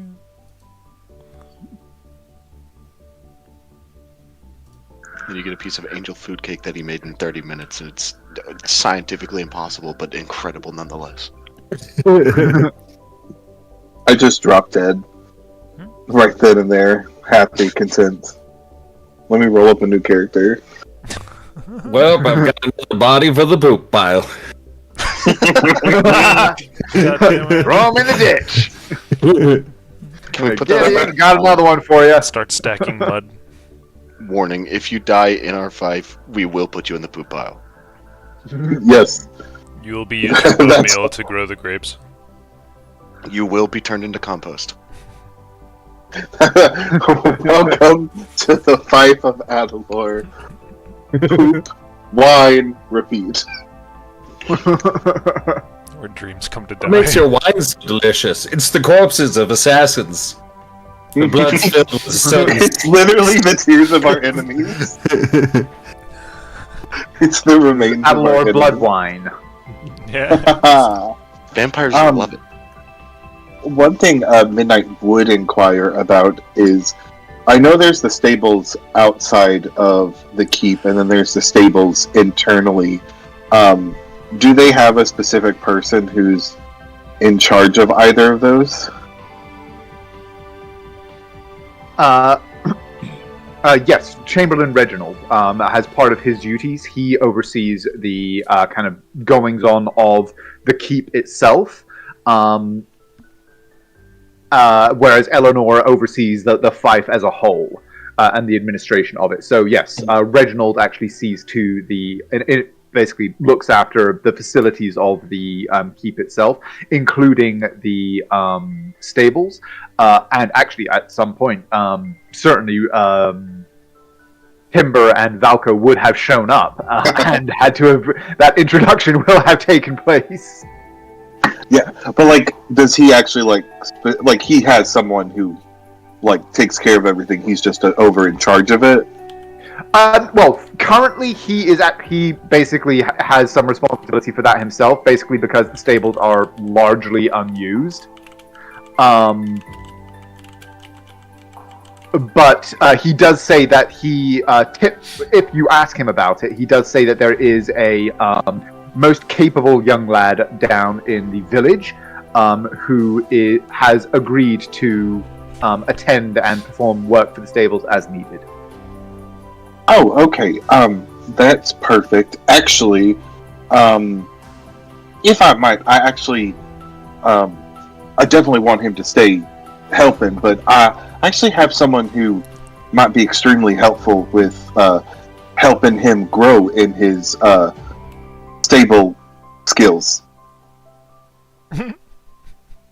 If you have a recommendation you wish to make for the household staff, certainly, I am certain that it can be Eleanor can arrange to have them brought on strength. Yes. Yeah, and then I'll give him. I'll give Eleanor the information for old Maggie. Ah, okay.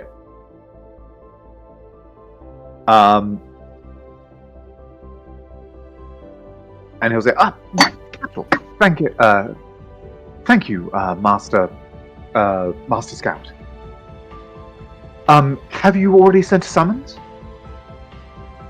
I have not, because I just wanted to make sure that I didn't want to replace somebody who was already existing. I wanted to make sure first. If you'll, I can probably have that summons out tonight or tomorrow. But I just wanted to make sure first. And she kind of bows and says, "Certainly. Anyone, this fief is now yours, and any hirings that you wish to make, any adjustments to the staff or the accounts, will be, well, it is my duty to ensure that it is so." Well, thank you so much. And he goes back to... Did you say it was stew? Stew. A venison stew followed by a charming cake with whipped cream. It's got a Flavored little with smoothie honey and facing. vanilla. I just want you to know my goal is every NPC we've ever met and liked is going to end up working for us. In some form of capacity. Now, okay, so that is your response reacting.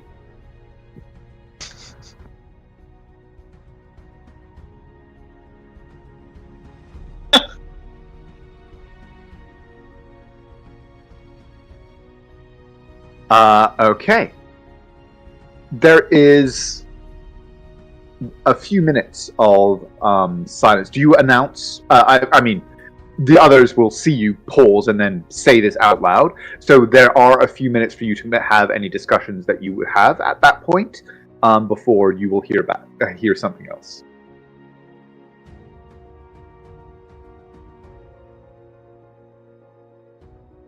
I'll say what Murdoch said to me, and what my response was.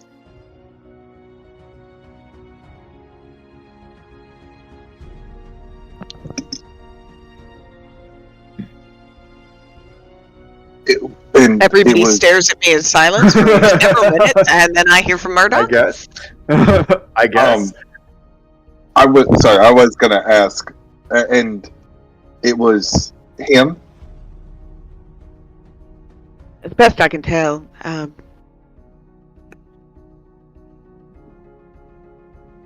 And he's coming here, potentially. I did invite him, yes. And Midnight's whiskers start twitching, and his tail starts like flicking excitedly.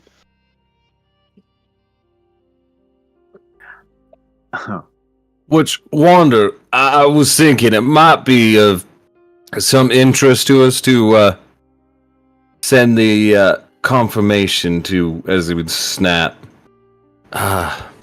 What was our lady's friend name in Perona? I have some concern that there might be some other implements going on, and to warn her might be of some interest, saying that we were drawn away and played. Do you mean the Queen? Not the Queen. From the Empire, who went with us. Oh, yes. Okay. The King's Aunt or something? Yeah. Yes. Not there. Where it starts with a C. Lady Loretta. Ah, Oh, Yes. nope. It's okay. I thought C as well. I was like, I thought it was Coretta. yeah. Like, it was, You're close. And then actually thought occurs to Naira, and she gets a little excited herself, and she looks to Uther and says, "Oh, we should invite Maggie."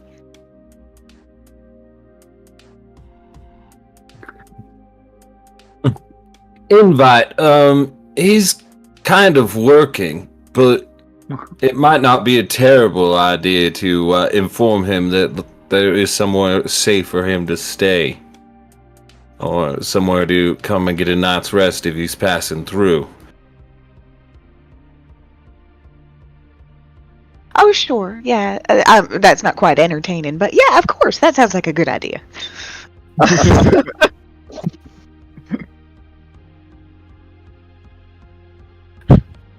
Naira's got a house. She wants to throw parties. did I meet Maggie in this timeline? I don't think so. don't believe so, no. Oh no. Take two.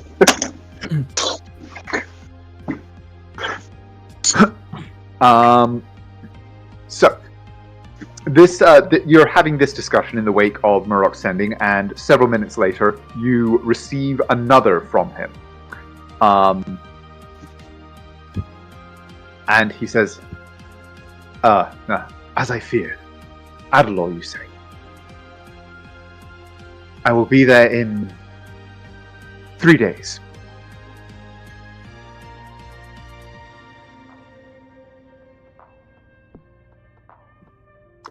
And actually, he does have a little bit of time left, or a few words left. So, I will be there in 3 days.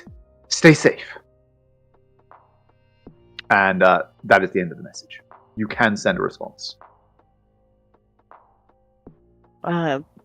Essentially, she just says, "See you then," and you as well.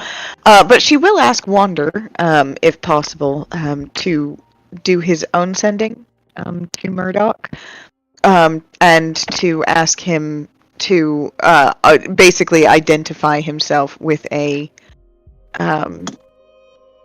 unique phrase for sendings in future. Do we have any votes on what word? Because I feel like if we don't discuss it, then it's definitely going to become memeified. What was the goblin curse word? Zakbara? Zakbara. Yeah. I kind of like it, That's actually. 2 words. That does count as 2 words. Well, we said a that's phrase.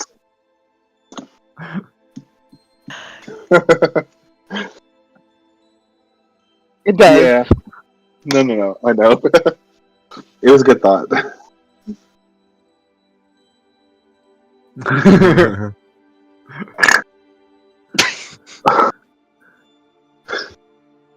Stay safe. Fuck your mother. Here soon. On the way. Fuck your mother.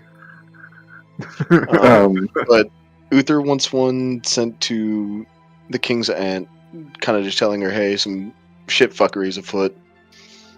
Yeah, I don't want them to think we've abandoned, so just to be like, oh, this is just, 25 words of, oh, we believed our ally was going to meet us here and it was super important. JK, it was an assassination. We're here now. Let us know if you need anything, because we can come back if it's, necessary for the war to not happen. You know what I mean? I want to just make sure everything's still rolling forward. Okay, so something along the lines of Adalor, keep, got, attacked, can come to your aid if needed, busy if not. We'll start that with hello, because I got plenty of words. So I hear no reason not to do that. So here's the one that's going to the ant. Gonna just post this in the German chat. I don't know. Gotta attacked. Yes.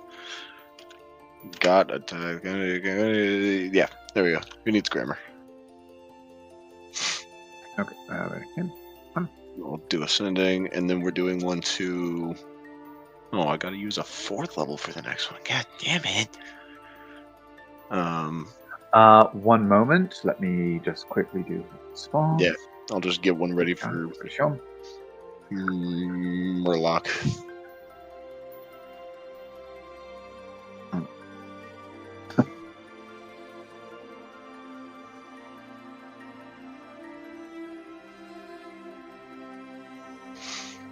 And we just want to task him to be like, hey, identify yourself with the unique phrase, send back the phrase.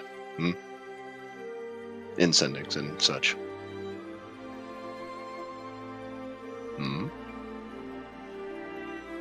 Essentially, yes. Right? Yes. Alright. Right? We all look to Christine. I think it sounds okay. Let Christine decide.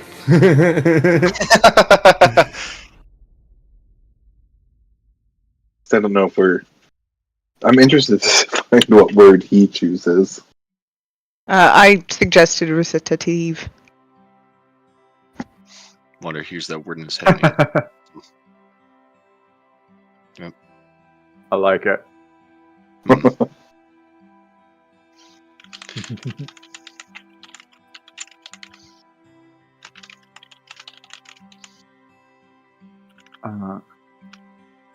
I like to think the typing sound is canon when Wonder sends.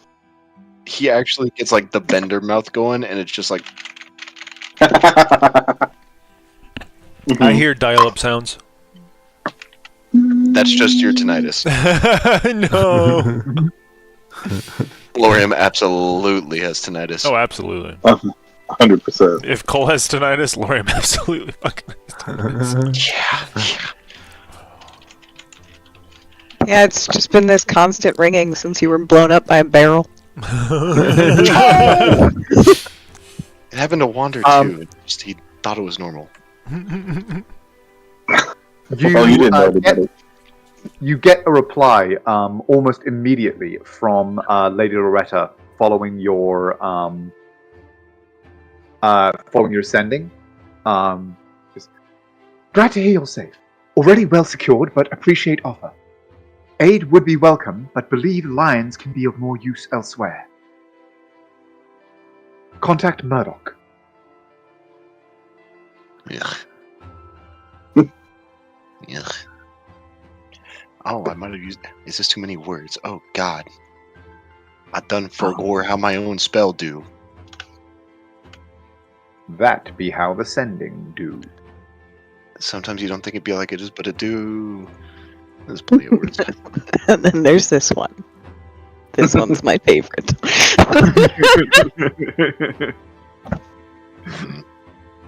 I will give anybody except for Christine inspiration if they can tell me what we're quoting there. This is Christine. Tell me. Although, also, Uther, do take inspiration for the excellent roleplay as Lord Lionsbane. Nice. Yeah, I've won some people over, I think. We're starting off on the right foot. Right.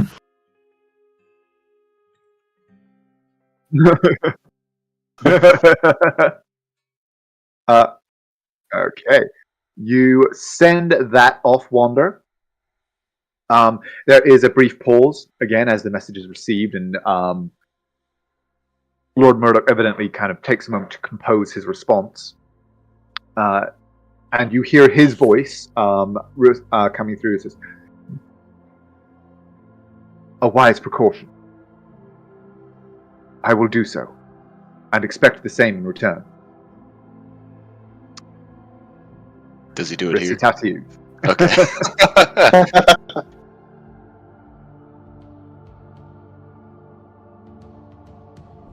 He's been told.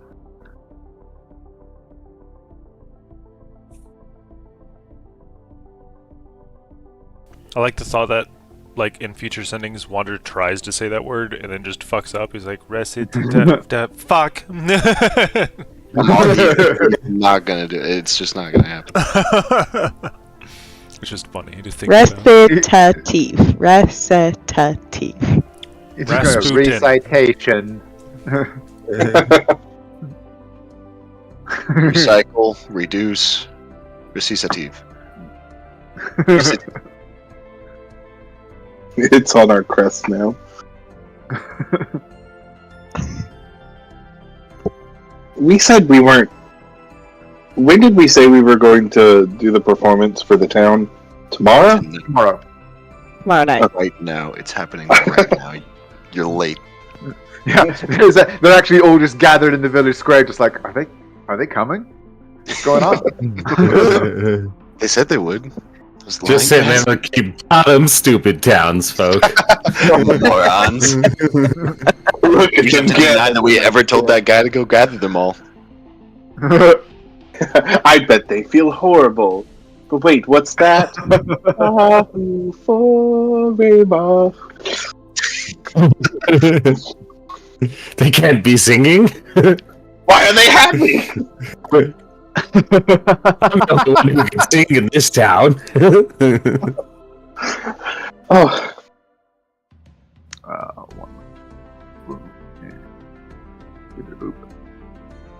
I just realized something that I need to do. So we have There. Murdoch coming, and he was in Verona? Verona, yes, according to his initial response to Wander's outreach. Yeah, I texted him right after we got attacked. I was like, where the fuck are you? And that's also where Lorium's old troop was sailing from as well. Cool. We got a lot of people coming here. But for now, it is just the 5 of the Lions of the Harashan Coast, with your new staff. You spend a very pleasant evening. The room is well heated by the roar of the fire in the hearth. The old manor settles around you, genteel and sturdy, as for once you are allowed to settle and enjoy yourself, releasing some of the tension that you have carried for, well, quite some time since you have been able to fully unwind in such august surroundings. And you each begin to become more comfortable with the fact that you are certainly all, well, perhaps not all, going up in the world. Some of you, this is more of a lateral move. Honestly, it's a bit of a decline for certain lords among us. Just a 3-story castle. I suppose it'll do. We can build a proper tower at some point in the future. I'll have one commissioned. I have this view from my basement.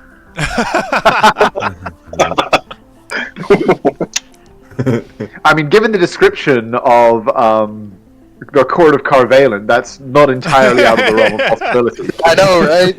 Isn't it on like a I want massive their own fucking carved spiraling into- mountain? Yeah, it's all carved like into the side of a mountain. So yeah, you've got a 5-story house. The 4th story still has a 300-foot drop down to the floor. He can bungee jump from his castle. Like, it doesn't get better.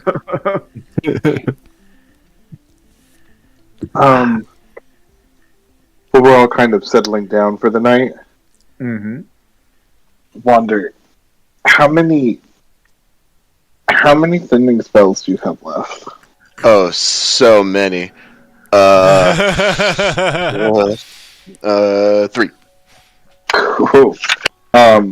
Unless anybody else has any, I would like to utilize 2 of them. One's not as important, but 2. And I will message you those once I figure out what they are. Anybody else? No. Honestly, Lorian probably, before bedding down, Lorian probably hops on Sunshine and does like a Starts doing trot. pull-ups. No. Just leg lock Sunshine, starts doing pull-ups. It just grabs the horse and is like, whoop, whoop. Probably trots around the fucking property looking for any what's the word? Exploitable points of interest. Do you go check the compost pile? He does indeed check the compost pile. In fact, he rolls around in it. To understand my assailants, I must become my assailant. I must cover myself in my assailants. Oh, it's dark. Now suddenly looks at Midnight and says, "So what is your contingency to kill me?" Another explosive barrel. Silence.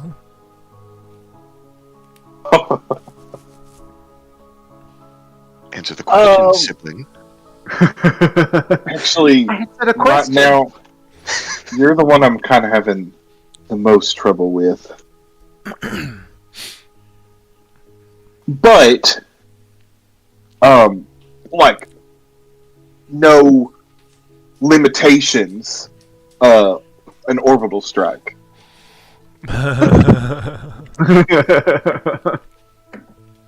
That seems a bit overkill. Well, you're fast as fuck, and I would need to make sure that we got enough area that you couldn't get away.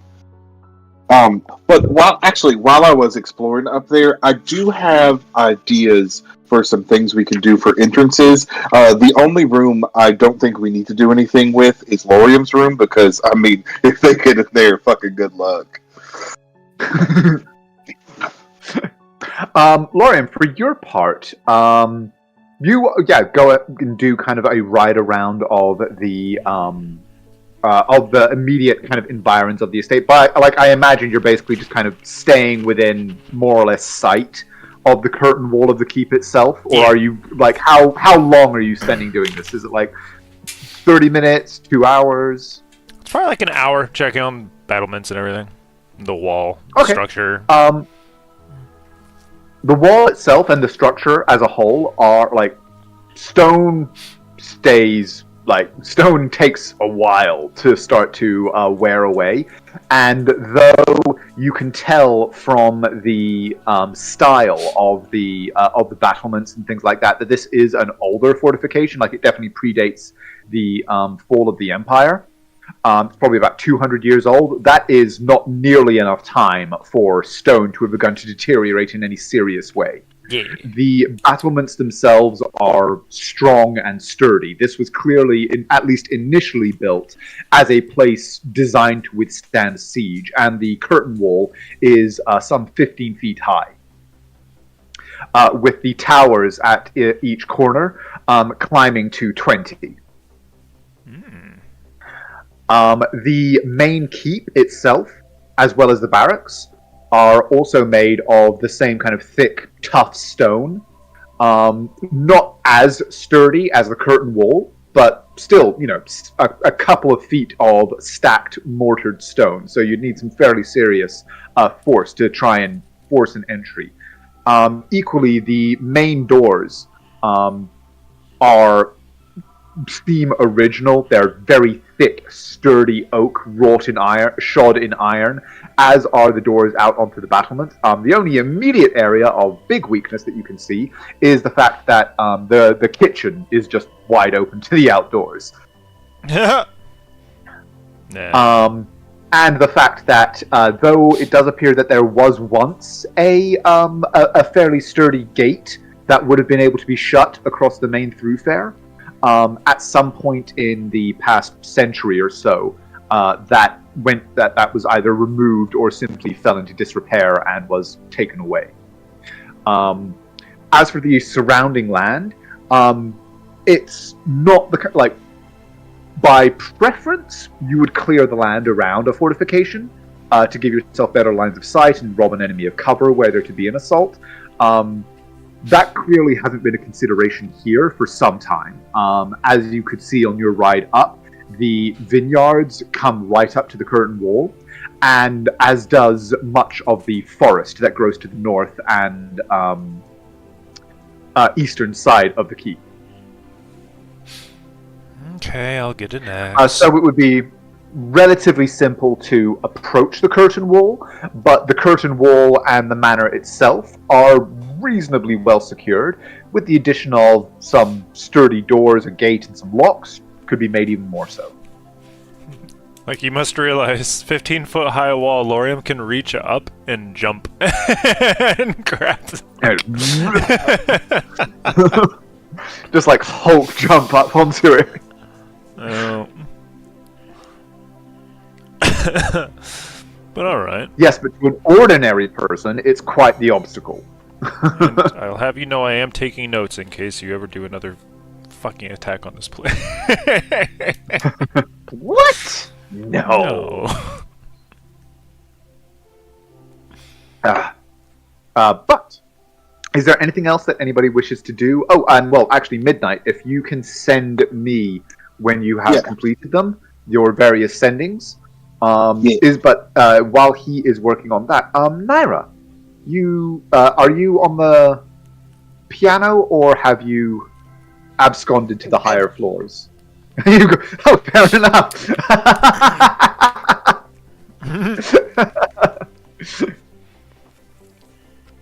But yes, so one by one, you are each able to retire to your rooms. Wander, you are actually approached by Eleanor before, as people start to move away from the table and dinner has worn down or wound down. Pearl clears away the dishes, and Eleanor approaches you and says, "Your companions have laid claim to some of the rooms on the upper floors, and but I understand that you were prevented from doing so, but through your assistance to Pearl in the kitchens.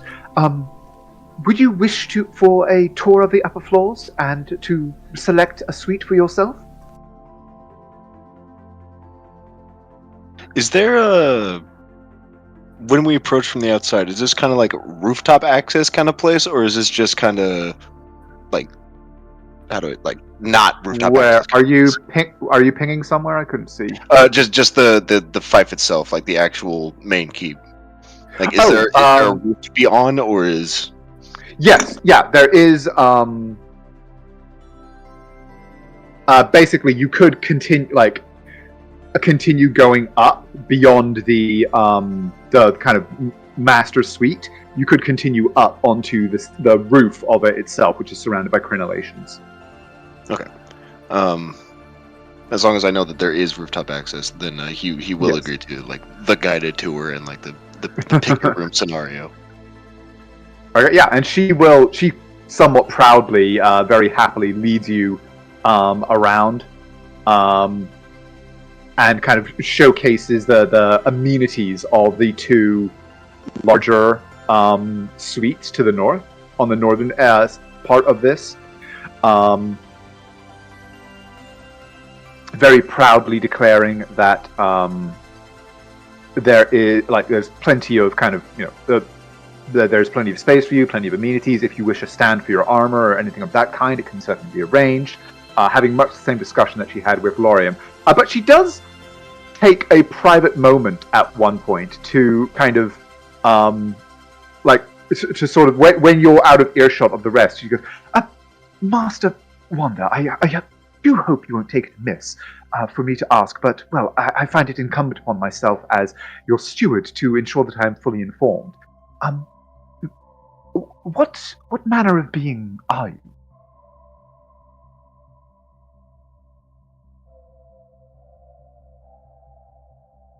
I mean no offense. It's just that, well, I have hosted humans and half-elves and, well, and now tiefling and tabaxi as well, but, well, your tiefling friend takes off his armor, and forgive me, but you don't seem to be the kind to do so. Is that in fact armor that you wear? He'll like pull back a part of where like the collarbone would be on a normal person, just kind of pull it just a little bit and just show like the kind of interior that's still that same, like, it's not shoddy anymore, but it's wooden and like very like sanded kind of. And even like as you do so, there is even like a little bit of a glow from the internal power that you hold. As you kind of pull it back, there's like shimmering through the cracks, a little bit of that light and radiance comes out. And he just kind of holds that there and he says, I am Wanda. As you say, if there are ever any accommodations or anything of the like that you require beyond, well, what is required for your companions, please do let me know. It is my role to ensure your comfort to the best of my ability.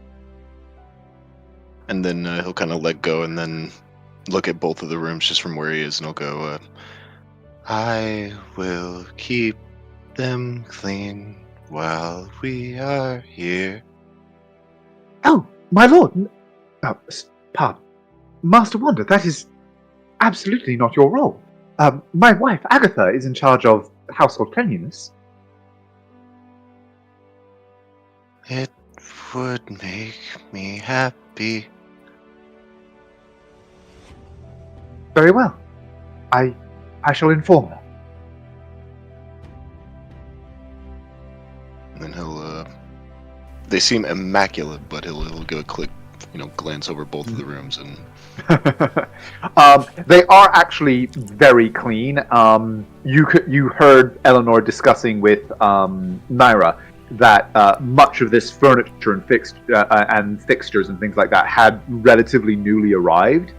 And so, you can tell there is that kind of newness and freshness to much of it. And yeah, there's very little kind of, not only are these rooms freshly furnished, they are also currently uninhabited. So yes, they are both perfectly clean.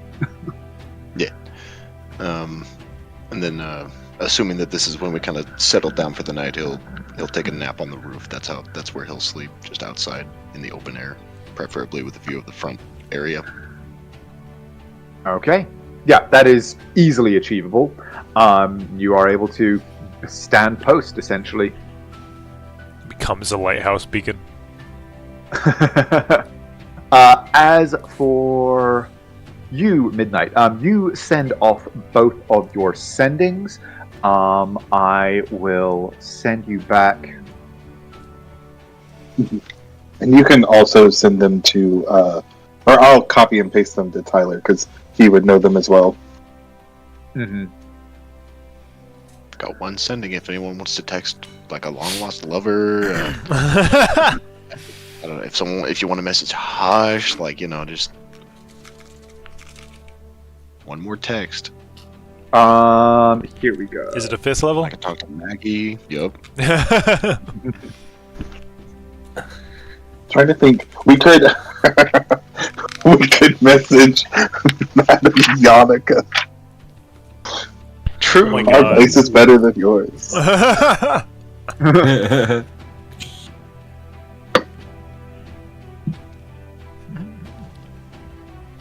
I could text some of the random devils we've killed before, and then just hey, fuck you, loser. Haha. How's it going? Ooh, what Gather about yourself into the hells. Professor Homie, the dwarf?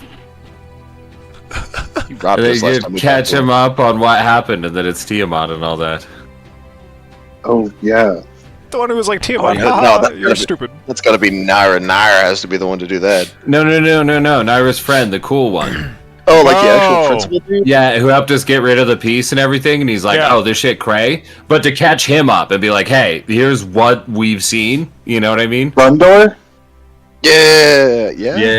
Yeah, I think so. 1 second. I'll be able to give you the name. Oh, of them. you're good. You're good. We're just giving you the list That's of what I shit have. now. Because I was just thinking he might be a good one to Professor actually like catch up Gundor. in everything. Yeah, that's Mhm. happened too. Or Gundur. It's amazing. My notes go like, there are some portions where I take great notes, and there are some portions where I literally write 2 words for a session. Right? 1 moment. I believe that you are correct. Shah, Met him in session Uh, 45. Sorveni. Professor Gundor, yes. He was the Dwarven Professor of History at Sorveni Academy. I just want to add him to the list of text people. Just be like, hey, cult of Tiamat. Killed a lot of them. They tried to kill us again. We killed a lot more of them. We're at war. Assemble the Avengers. Send, dude. Hold on. I might need to commandeer. Oh wait, shit! I just realized she wouldn't have heard Midnight's voice. So hang on. Yeah. Yep, Yeah. yep. I'll tell you what the first draft said. The first draft was like, "Oh, kitten, is that you? Oh, I think I've heard of this magic." You. I was like, "God damn it! Why did I expect this?" Oh no! It started off with "What the fuck?" And she did meet Wander. Very briefly. Very briefly, yeah. Yeah, briefly enough to know who I am. He didn't even talk all that much while we were there, except I didn't am talk at all. Wander. I think he No, said, yeah. I think he said your I name. didn't say a word to it. I didn't say a word because I remember- was trying to be sneaky. Remember? Oh We had the little- yeah. at that Oh point, yeah. we were trying to pretend you were like Uther's automaton. Oh yeah. yeah. We were trying to pretend that he was just like a statue man, and then we immediately broke that when someone offered to buy me. Oh, That's hang on, right. I am texting I'm sending the updated version to both you and to both Midnight and Wander. I imagine it's about the same. More or less.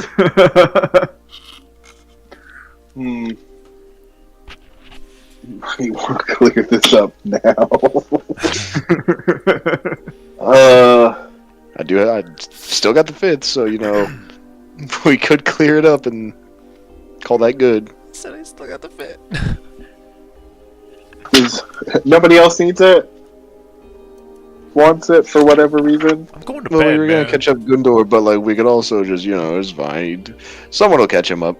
Murdoch can catch him up. It's fine. Oh, we can catch up Gundor.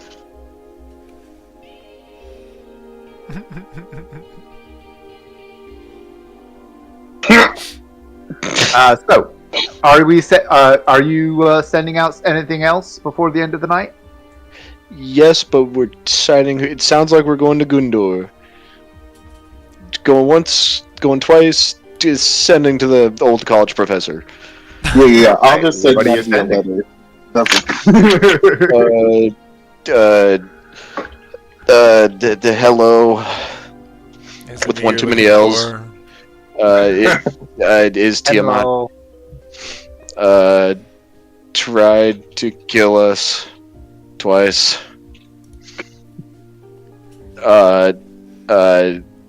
Alive. Working to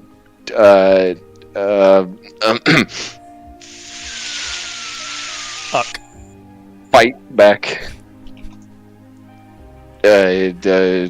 Murdoch. Yep. Yes. Yes. End. So,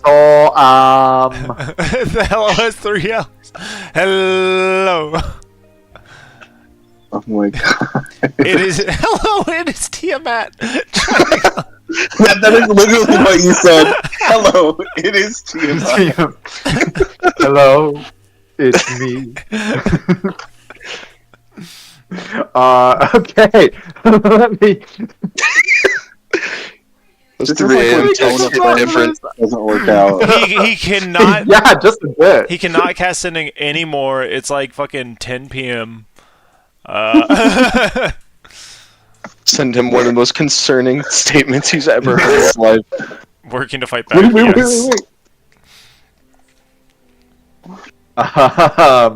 Okay. I think, yeah, okay. One second. Best part is you had plenty of words to like clarify anything.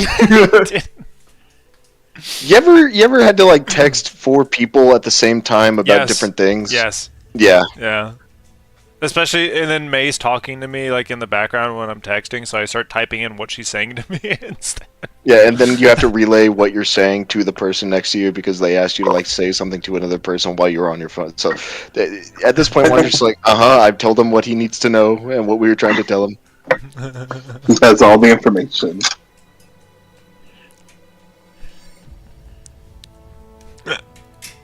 Why use many word when few word do trick?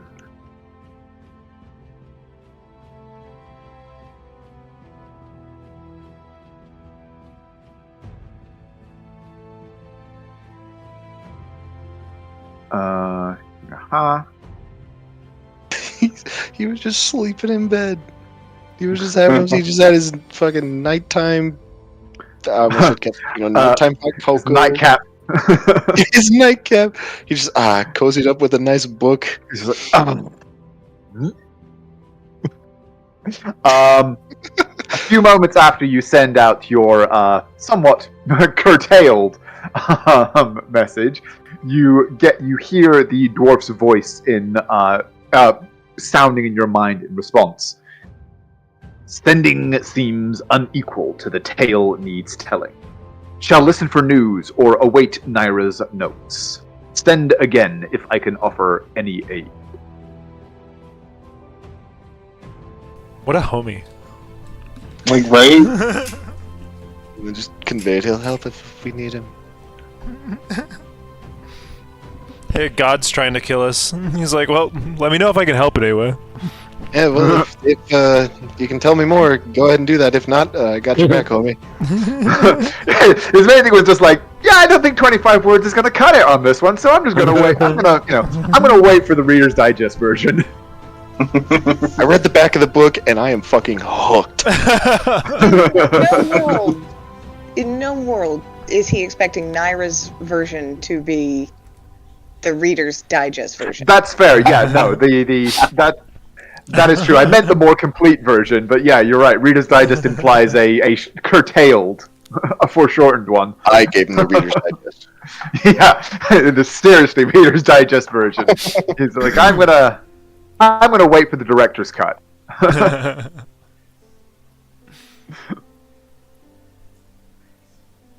But eventually, the evening draws on.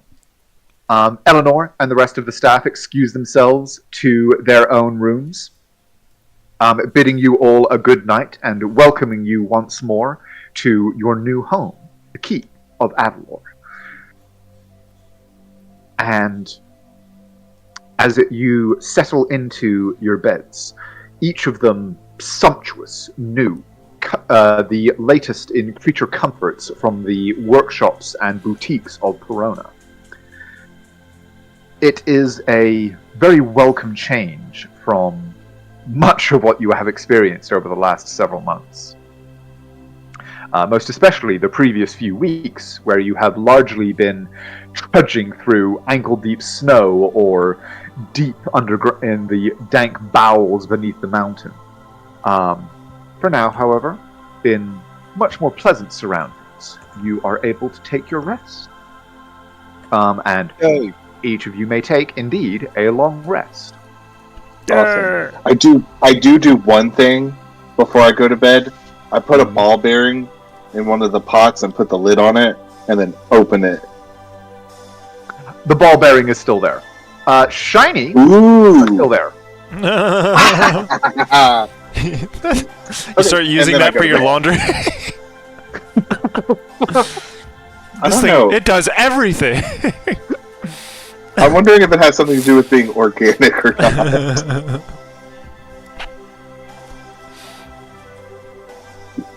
It doesn't really have that, fresh laundry smell, but everything else pretty good. It's fine. I just put my knives in there. They're so clean. Oh, I forgot I did that. I changed my unarmed strike to these hands. I should do that for Percy. Yes. This is- You should change the description to catch him. Yeah, catch.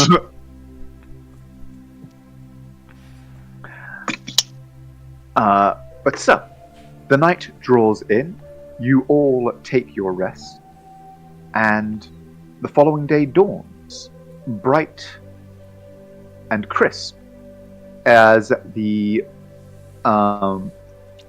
days start to turn.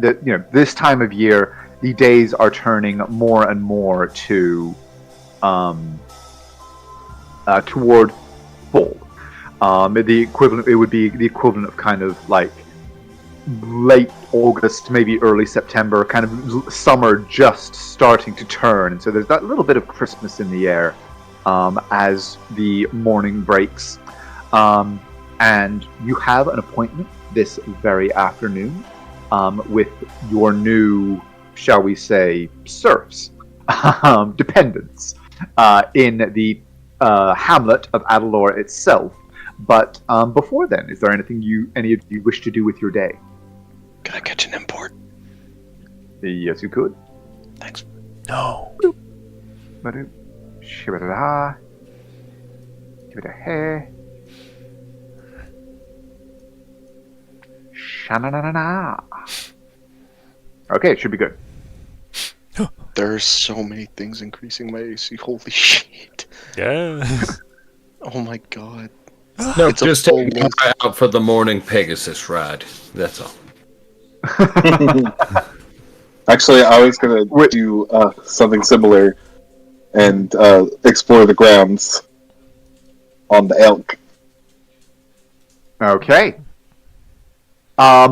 You both see, like, are just the subject of open curiosity in the case of Midnight riding on timber, and outright astonishment in the case of Lord Lionsbane sweeping through the skies atop his Pegasus.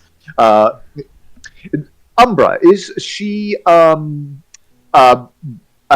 black Pegasus, like black wings and all, or? Yes. Okay. Yeah, and like there's even one or two like you see what are very clear like fear reactions from those who didn't actually see you, kind of who have not seen Umbra. Basically, the people who do not actually see you arrive or leave with her. As you're flying around, like anytime you pass over a field, everybody in it is just like scatters. It's the Dreadlord! You hear at least one shout of "Drat! Drat!" a panic farmhand as they abandon the vines that they were weeding. Just drop alchemist fire on them. Just really spook him. No, it's just I'm the new lord. But just go. But yes, you are both able to spend your mornings exploring the environs around it. Much like with Lorium's ride the previous day, you see that though the fortification itself is largely intact and indeed as robust as ever it was, particularly if it was well garrisoned, you imagine this would be quite a formidable place to defend. However, yeah, in this case, the land around it has very clearly not been devoted to less warlike sort of usage for quite some time, and the trees have been allowed to creep right up to the wall, and the vines have been extended. The vine fields have been extended there as well. But for all of that, it is also a rather beautiful a beautiful area. Quite idyllic in many ways, especially here with the vines like reaching their full bloom and kind of currently being harvested. There's this impression of kind of verdantry and bounty that makes it all seem really quite pleasant. Question: would the estate, or like if I talk to Eleanor or even Pearl, would they be able to provide me with like 6 little like empty vials with like cork stoppers, or something like that? Roll 1d10. That's a d20. That's a d12. There we go. Yes. Awesome. Pearl is able to retrieve several empty, basically spice containers, and yeah, makes them available to you. Cool. We don't have to RP this. I'm just gonna say it. Over the course of like, I go out into the forest and then explore the town, and I'm going to hide 3 in the forest and 3 in the town. These little vials, and there'll be a rolled up piece of paper, and inside the paper will say, "Great job, seek out Master Scout." And I've just hidden them. Okay. Go ahead and give me a stealth roll. They will never find them, but Wander will somehow find everyone just walking by. I'll do this one normally because I don't think my hood can help with this. No, yeah, this would be a straight roll. Still at 20? Okay, not bad. Just if I'm curious if there's anybody. How difficult are you trying to make them to find? Like, is it just kind of like, oh, if somebody happens to pull back this thing, they'll see it, or is it they have to really be like digging for it? They have to dig for it. Like, I want to know who are those people who are curious and look for those things. Okay, because they might be useful to us to have. Fair enough. Geocaching as a recruitment tool. Yeah, I want to know. Yeah, I want to know who. Yeah, who's curious about nature enough to go seek out and find those things, and who can get into those little nooks and crannies in town to find the ones I hide there. Liam comes here, he just finds all of them. That's fine. Tells me a lot about that one person. Uther and Midnight are out exploring their new fief. Naira, Uther, are you engaging yourself in the morning at all? Is that what we're calling it?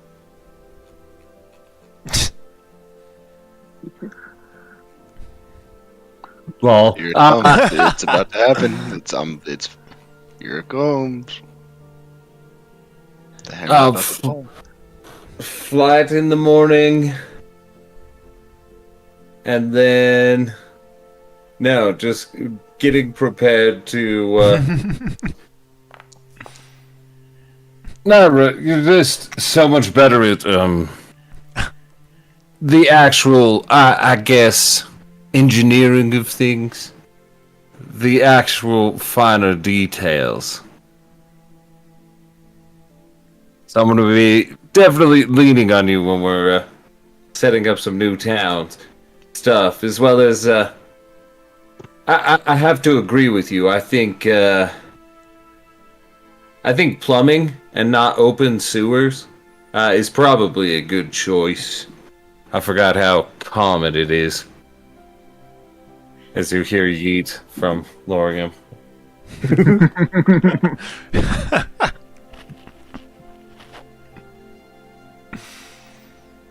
Sounds like rain, distant.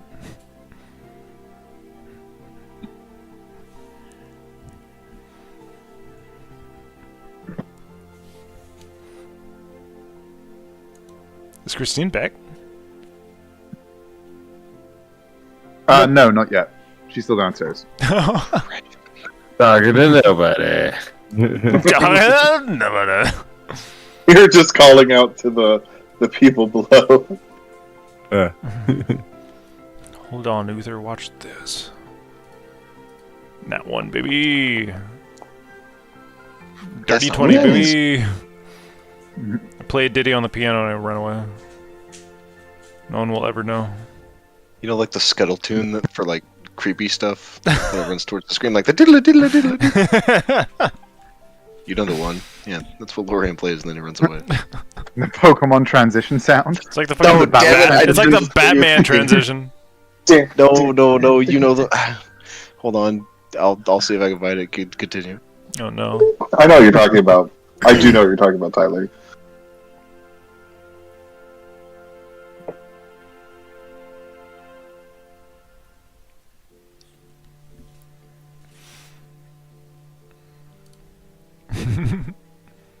Oh my god. I just saw that. Jesus. So what?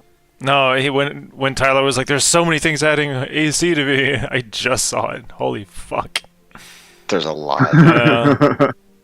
There's a list, my friend. Well, that's right, because you just got the cloak, Yeah. too, didn't you? There's like 8 plus 1s. Good grief, yeah. Imagine 1, 2, 3, 4, 5, 6, 7. Wait, 8. it's listing Cloak of Protection twice. The number is right because it's I've done the math so many times. It's the plate mail plus a +3 shield. The plate mail itself is +1 from the I think it's the Soul of the Forge. Let me look at the actual thing. It's the enchantment thing that I do at the end of long rests. Mm-hmm. And then the actual Warforged thing is the integrated protection. Then there's the actual Cloak the of level Protection. thing. Yeah, and then there's the level thing. Okay, so the Soul of the Forge is that, and then there's which one is it? Yeah. The So that's 21. Oh, okay. So yeah. So even though it's listing them twice, it's not counting them twice because it's 18 plus 3, 21, and then bam, bam, bam, bam, bam. Yeah. So yeah, we're good. We're good. Yeah. I know. I've gone over this so many times. Like, this is a big number. I do not want to be touching this. It's funny though because if you had a fucking like a +2 plate mail, which is feasible, that is a possible thing. You would just have 27 AC. No, that is +1 plate mail. I'm enchanting it at the end of every long rest. Who's Blessing of the Forge? Yeah, I don't know if it's being listed there or not, but I've just kind of it's that thing. Oh. It's listed as a custom thing. Yeah, Okay. AC. Yeah, okay, bonus. that's what that is. Okay, cool. Yeah. Yeah, that I do that at the end of every long rest, and it doesn't feel like I need, after 100 sessions to be like, hey, by the way. I only do it if we get interrupted in the middle of a long rest, and I'm like, well, It's like what I Only do. 23. It's like what I do on Lucius, where I just every morning he uses the mage armor, so I just count that into his AC. Mm-hmm. Well, you just tick off one spell slot and count. Oh no, because you can even cast it without, don't you? You got the warlock. Yeah. Mm-hmm. No, so I just use a warlock spell slot, and then it's like at some point we're eating breakfast, so I just get one back. I never do that. I always take it away until we guarantee, until Christine says you have a short rest. I'm like, okay, yeah. Well, so in this case, so they are off doing their thing. Naira, you are able to awaken for once in no hurry and in very sumptuous, luxurious surroundings. Go through your morning routine with a level of leisure and luxury to which you very quickly become accustomed.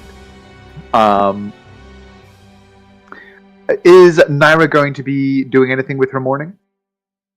Or just enjoying the new level of luxury?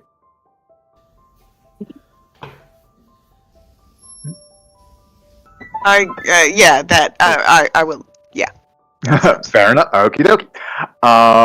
Lorium, Wander, what are you two up to?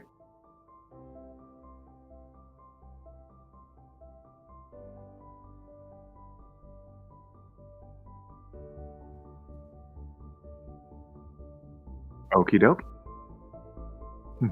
Breakfast table there.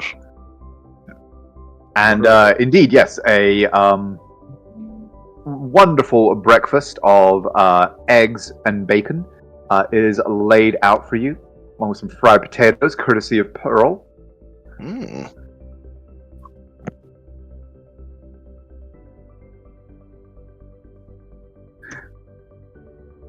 And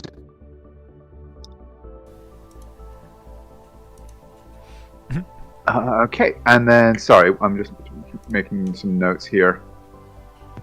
It's concerning. For my own Nothing. edification, Uther, did you actually come to bed at any point? Yes. Okay. No, definitely came to bed. He sat in the main foyer. A fire. Watching the fireplace with wine in hand. You were gone, but we were at, I invited you to go Pegasus riding in the morning, but you weren't here. And then I turned to talk to you, but you weren't here. So it's okay. The new mayor in town literally rode his F-18 through the town. Yes, it scared everyone. Oh no, I would have gone if I had been invited on a Pegasus ride with my husband. I definitely would have done that. Fair enough. So you were also treated then to the spectacle of farmhands who very clearly were not aware of what was going on, screaming and running for cover as this great black shape swoops over the fields. He's like, no, it's me, it's okay. I'm just your new boss, ha! But Wander, what about you? Is there anything that Wander is accomplishing this morning? Or do you just kind of hang out? When the guided tour was happening, this was their the holy area. Is that what they described it as? Yes. So this was designated as essentially when it was first installed. This basin was blessed, and you can see that the the surround of it is carved with kind of celestial prayers and the like, and it is sanctified to the or not the cardinals, the pillars. Interdimensional. And yeah, it is sanctified to the pillars. They'll actually just. It's not like a formal shrine or anything of that nature, and it's not. It is also. It's kind of. You kind of get the idea that it was intended as a kind of like multi-faith prayer room, essentially. In lieu of eating breakfast, this is where he'll spend his time. Okie dokie. The books that you see here, by the way, you'll notice they are mostly kind of general kind of history, geography, and knowledge books about the local area, the Fife, and Calaronava and Abignosera.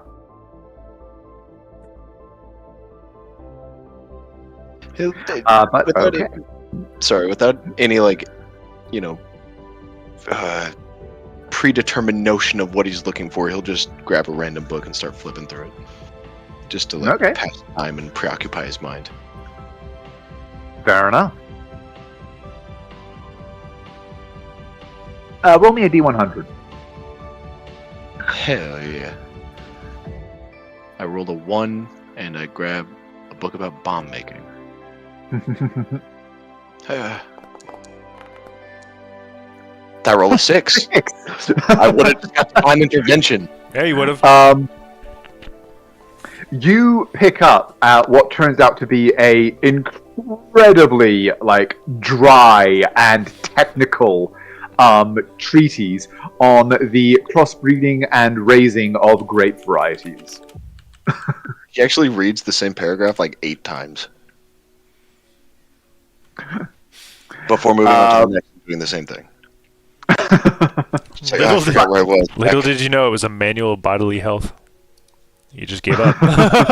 Grapes are the secret. But in this way, the morning passes, and it approaches the time that you said to the gentleman Alden, the head man of Avalor, that you briefly met yesterday. It begins to approach the hour where you said you would attend the town square. Uh-oh.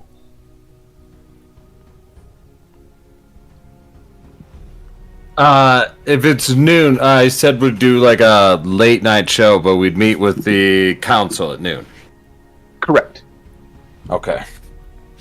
Just glorious. Did we tell them we were coming to them, or they were coming to us? I think they were coming to us, weren't they? Awesome. We do have the shin and the digs. You're just gonna Bilbo Baggins it? You just cast invisibility on everybody? Let me pull him in. Go. You just walk into town. Actually, probably. And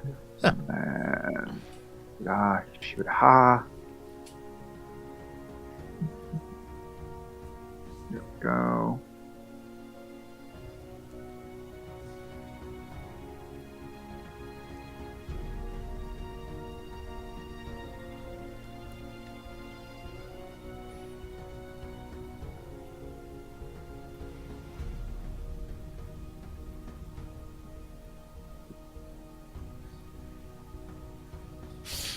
Uh-oh.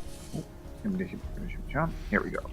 But yes, so the appointed hour arrives, and Eleanor does indeed come and find you and say that, and inform you that Alden and a delegation from the village have arrived. He said that you wished to discuss some matters with him.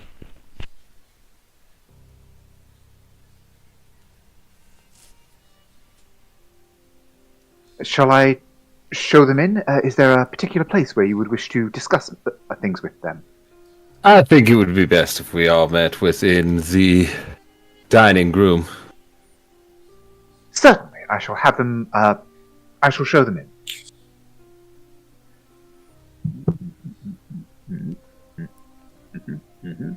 And he would just kind of say, his voice directed towards the kitchen, as he would say, "Darling, could you get us something wonderful for everyone to eat?" Towards the old woman. That'd be so nice of you. Pearl is more than happy to oblige, and brings out a selection of kind of cheeses and nuts and kind of, essentially yes. She kind of brings out a small charcuterie spread. As Alden comes in and gives a deep bow and introduces who he refers to as the village council.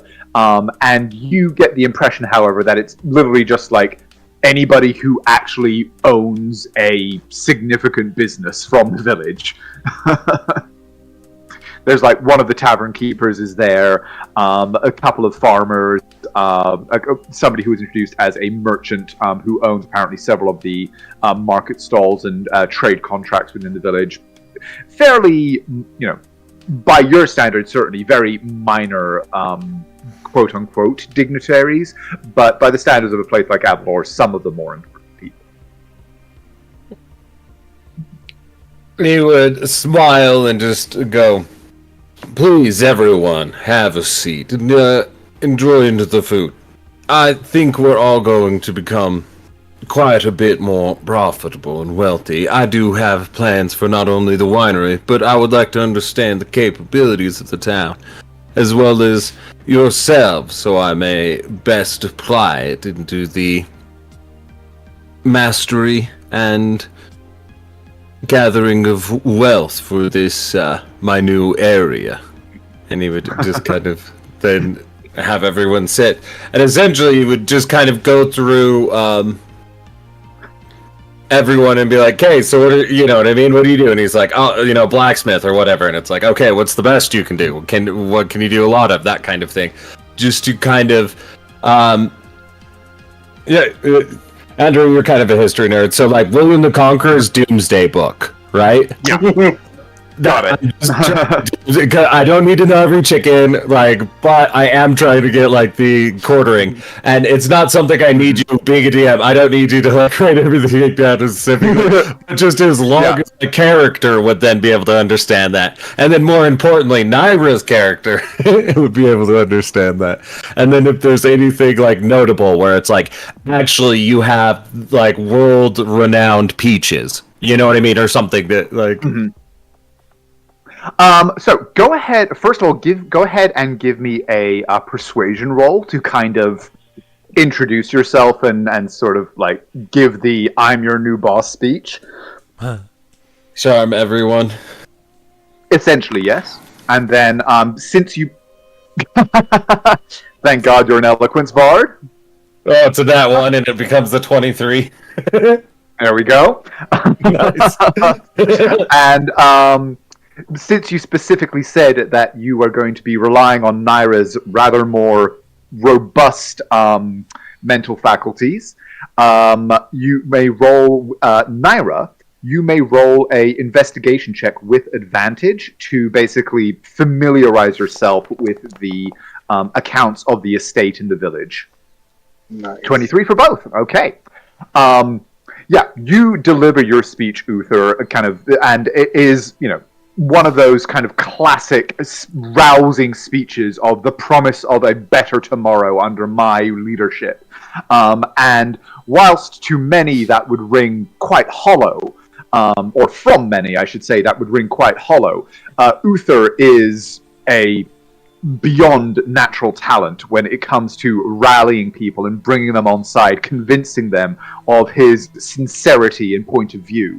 And by the end of your speech, they are all enthusiastically proclaiming their gratitude that you have come in to take over leadership of the fight, professing their loyalty and kind of commitment to assisting you with your grand design for the future of their town and businesses.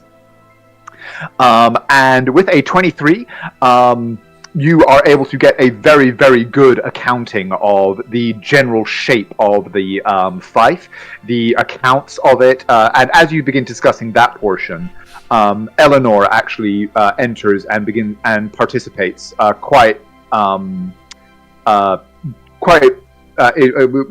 a lot of depth and authority in that portion. She is able to speak with in a great deal of detail about the revenues essentially of the fief as a whole. And you believe that you've got a pretty much encyclopedic knowledge based on what they are able to tell and show you. Whilst it isn't there's nothing where it could be said, "Oh, this is the best in the world," by any means. If they were, well, they wouldn't still be in Adalor essentially.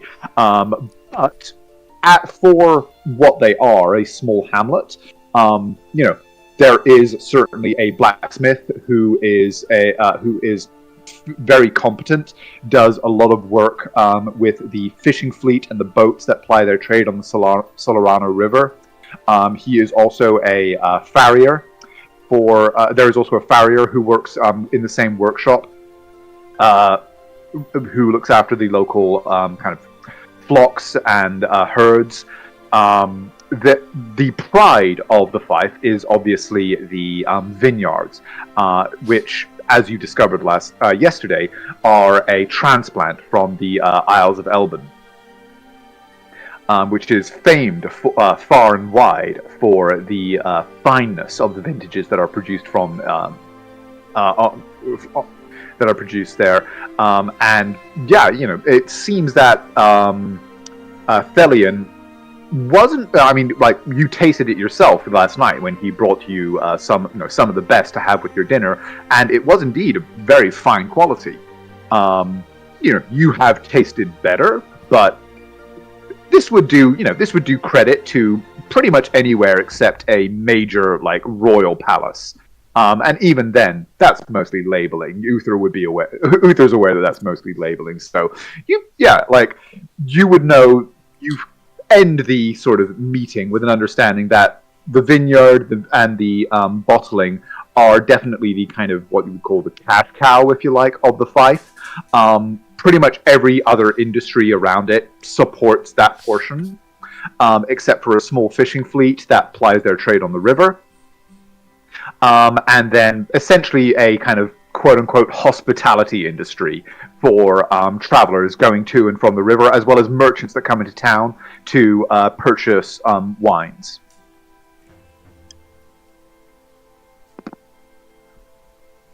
He would be like, let me make sure I got that down. And then he would look over at Naira, who's scribbling, and then nod. Be like, okay, wonderful.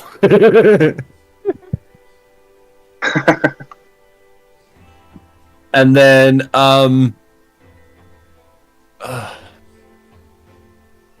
and then final things is he would just kind of as well introduce and be like, as well as these are, I would like to welcome you all to the Council of Adalur, and then gesture around.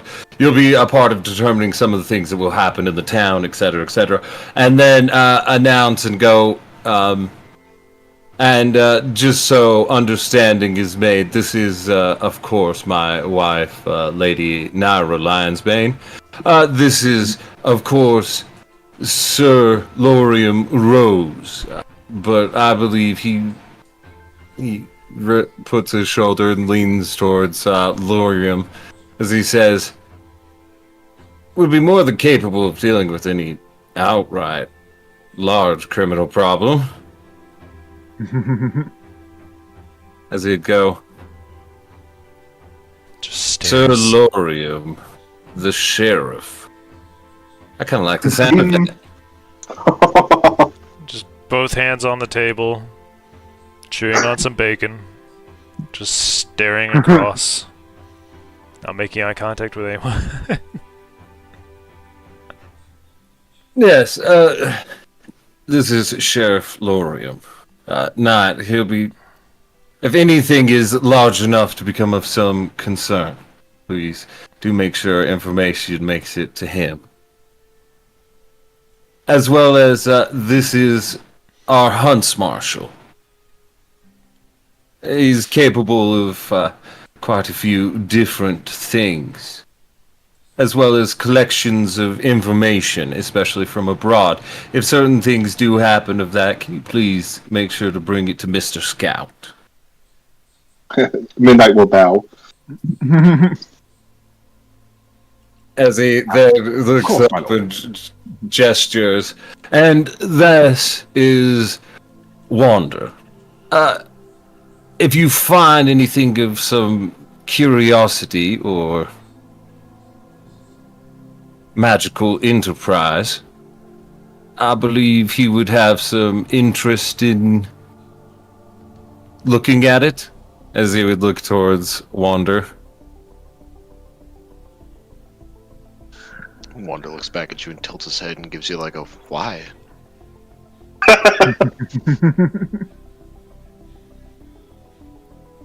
And then just goes, and then, oh, well, I thought you would have interest in perhaps. Never mind. You like shiny things, don't you? I mean, as much as the next guy. He's Wander, as he'll just wave his hand and then go, so let me know if you need anything else. And then, I don't think I have anything other for them. As he would look towards Naira and go, do you have anything, darling? Naira is diligently taking notes and making sure she has all the accounts in order, and has been working on committing everybody's names to memory and things like that. And she just says, no, I think you've about covered it. It's almost like you've done this before. And she gives you a wink. Yeah. I'm learning so much. It's just one. I'm responsible for everyone now, and I'd imagine this after like the rest of them have all bowed, shaking hands, and left, you know, and then the rest of the like normal group, and even like the house earl, is nearby, and just go. Yeah. And we're responsible for them. I think I just want to get it right. Though I think now that everybody's on the same page and seems inspired to begin working together, I hope you all are too. I know you hate titles, Lauren, but as he looks towards the scout too, as he says, but I'm gonna need your all's help. And I know I'm the one who has the name on the title and is all official bloodline and all that, but I couldn't have done any of it or got here without you. I know you could. Need leaders. Hey, he's just chewing the bacon. Sorry, what was that, Naira? People need leaders. That title's not for you. It's for them. Midnight will look at his brother-in-law and just say, Min Valima Mishnester. Min Vilima. And he just sit into the chair, sinking, a bit of the weight going off his shoulder. As he would just... Alright, I think we can do this.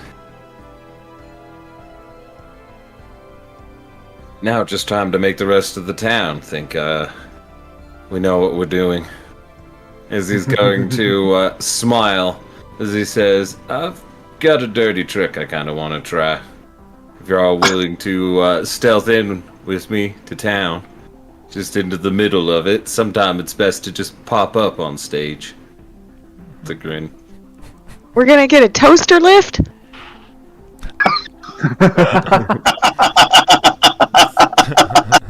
Yeah. I have no idea what toasters have to do with this.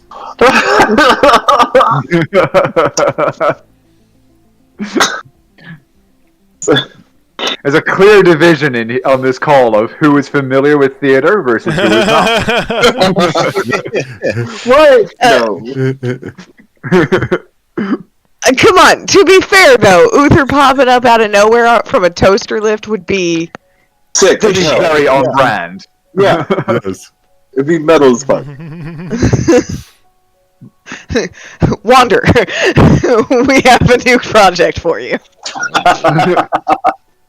As he would also say, you know, with everyone here, and just go, and Wander, I hope the rest of you are good with your titles. I know correct me if I'm wrong, you just want to be Wander. If there's anything you see that you would like, a responsibility you wish to bear, I can see no one more worthy of holding it.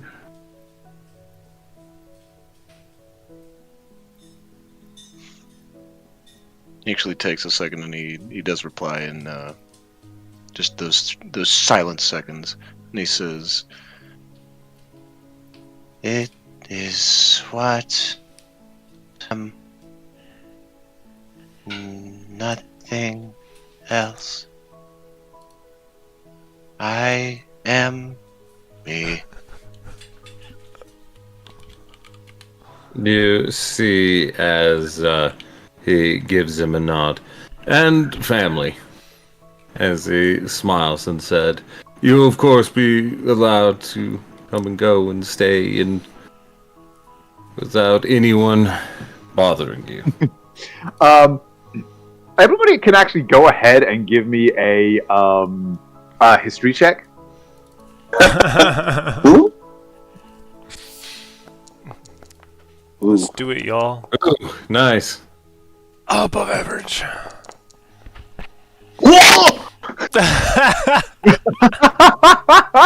Damn. Oh no.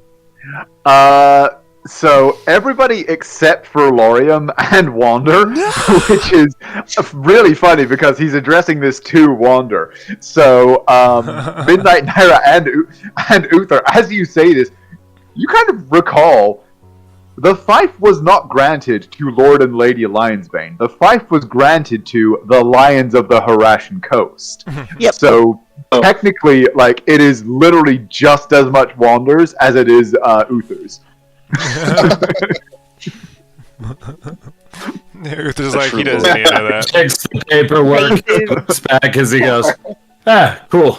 No worries. He'll never know. It's like details. Fine, it'll be fine. That's like fine print. Yeah, he doesn't need to know. He just holds up his Super Bowl ring. Anyone else got one of these? I didn't think so.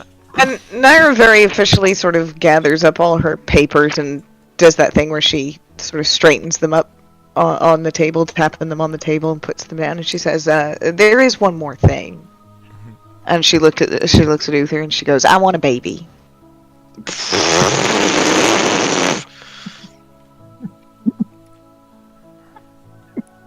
Lorem stands up and starts walking. What? Wander sits down. This isn't a joke. He stands up and he leaves.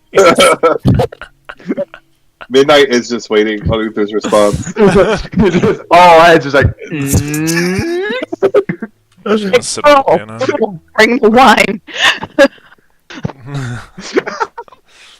Wander, Uther has one of his hands up as he was like, kind of pointed at like a finger pistol towards the air because he was going to say something, and you look as though he has just been time stopped.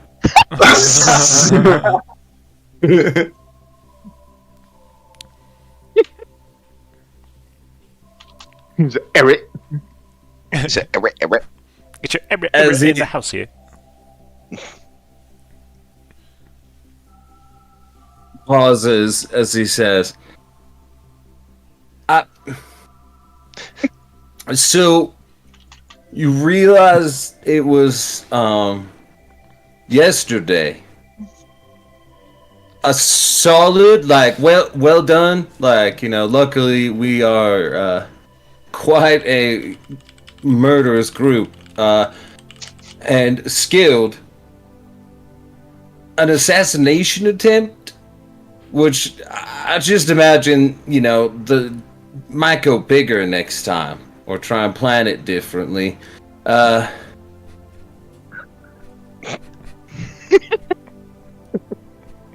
This is dangerous. Like a kid? As he would hold up his hand, spreading his fingers and go, "Now, I'm not saying I'm against it, of course, I'm saying is you're not Naira's, getting a second ring. Naira's ears have just gone a little bit flatter, and she goes, "Oh, okay, yes, understand." Piano? Lorem's already playing with a 9 performance. Drowning out sound. He's just like, awkward! Just gonna hammer on these keys. Well, just gonna hit the old dusty trail. Daddy, would you like some sausage? Shut up. Shut up. What is it? That's definitely a reference to something. Oh yeah. Daddy, would you like some sausage? Sausage? Daddy, would you like some sausages? One of the worst movies known to man. Mhm. He essentially God, attempted to make the yeah. worst movie ever. And succeeded, largely. I literally... It causes me physical pain to try and watch more than, 20 seconds of that movie. What movie? I don't even remember what it was called. Yes, you do. But he got It's fingered. terrible. Freddy got fingered, that's Yeah. right. Oh. Yeah. I hate that I know I that. finally got you guys to say that on recording. Hell yeah. Well, I said everything else, so it was going to be me. Glad it didn't happen to them. It was me. It's me! Naira has produced a mage hand, by the way, and is helping you with your performance. Roll again with advantage. As he would It's just look her. towards Midnight and give Midnight a look like, did I fuck up? I feel like I fucked up. What was I supposed to say? Midnight just walks over, pats your shoulder, and just chuckles. And walks out. Can we wait till we have guards first? I didn't say just not forever. I said okay, just maybe not this very. Damn. Meanwhile, Wander's like, where do babies come from? His head literally go down on Like the I'm table. literally Just a baby. sits I Put a think bib I on. may have given Have you the rolled wrong impression.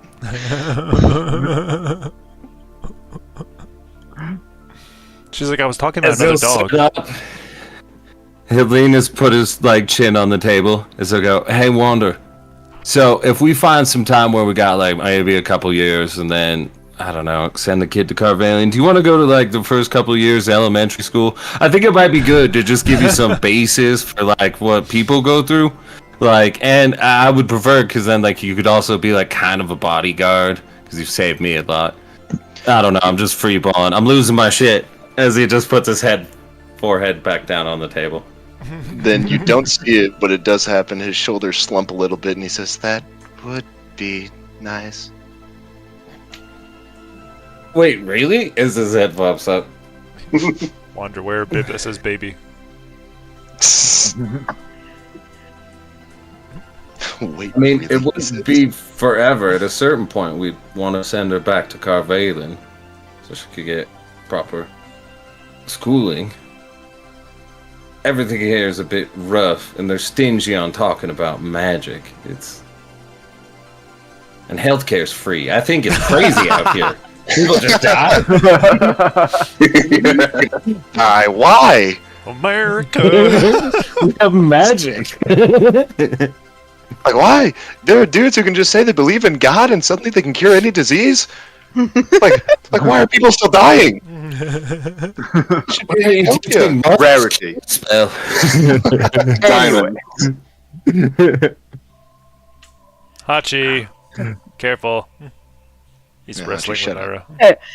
And Naira becomes aware of you keep hyperventilating and putting your head down, and she comes over and she rubs your back and she goes, "I don't mean right now, sweetie. There are people in the room." Is that really what would stop you, though? Oh, It's just Say, get out. If you don't get out in time, oh well. that's why. Why do you think Lorian left immediately? He's like, I know it's good. He's like, well, didn't you almost do it on a roof one time? Yes, there were shrooms involved. I don't think. I don't know that almost is a quite right. That's right. Sorry, I just blocked that part from my brother memory. I mean, it was a brothel. Like, it wouldn't have even been the first time. Still the cleanest room there. The roof. And then just quietly she smiles and she whispers in your ear and she says, "I'm sorry I sprung that on you, but I would like to talk to you about it at some point." And he would then sit up. Normally there's something about Reapers, but we're kind of in a more specific position, as he would shrug. If we can set the board, I'd be willing to do it. But... And he would give you kind of that gritted teeth. Once he hit 12 or 13, we'd have to teleport him back. Hopefully I remember that spell when we get there. I'm sure I could figure it out. Exactly, he says.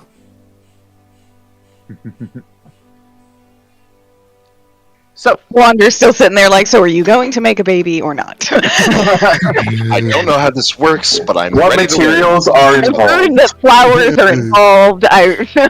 And I like flowers. I heard there's an oven.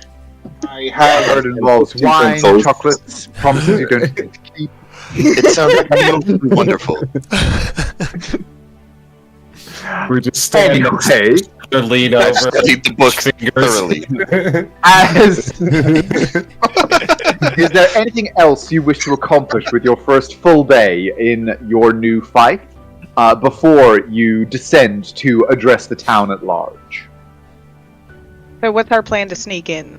We're going lots of invisible, and then we're gonna be like, "Haha, surprise!" Lots of invisible. We're gonna show up on the top of the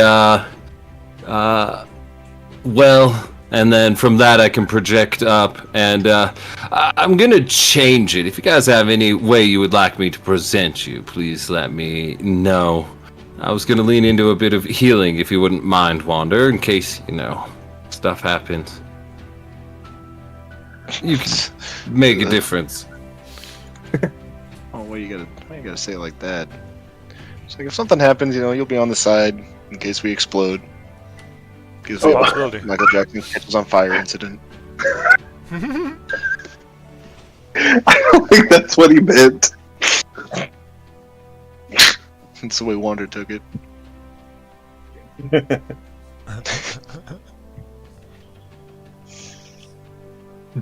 Oh, yeah, but sneaking in, I can. That should be a lot of fun. Wondrous. Anything in particular you would like us to prepare or be ready to do? You see as he smiles as he says, "Well, Nairo, I'm planning on using her through the whole thing." But as he glances with a kind of grin, he goes, "But I can't imagine Lorium and Wander would want to do much more than wave and perhaps smile. Though Lorium, it's not required." Perhaps. Perhaps. Perfect.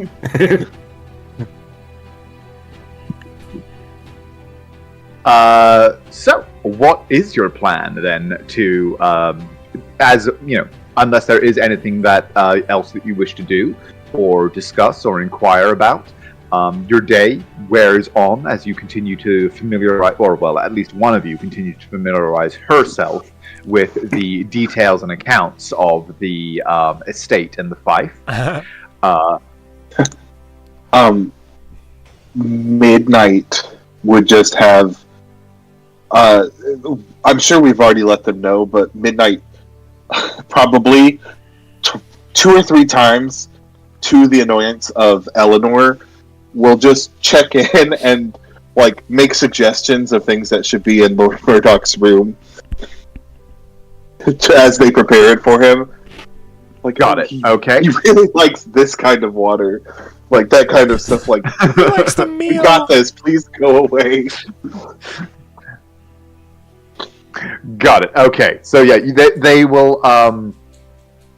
She will prep. One. Yeah, you are able to discuss with Eleanor the preparations necessary and the preferences of the incoming Lord Murdoch, and she will be able to make the appropriate arrangements. Awesome. And through the day, Uther would just go around and be handing out silvers to all the field workers and make them feel really cool and chat with them. And it would seem like he's just trying to win everyone over, not on level he is, but he's really trying to familiarize himself with like all of the workers' faces and names, so that Got it. oh, who's that guy? No, that's not Jeff. Like, I'm gonna go figure this out. Yeah. Go ahead and roll a history check with advantage.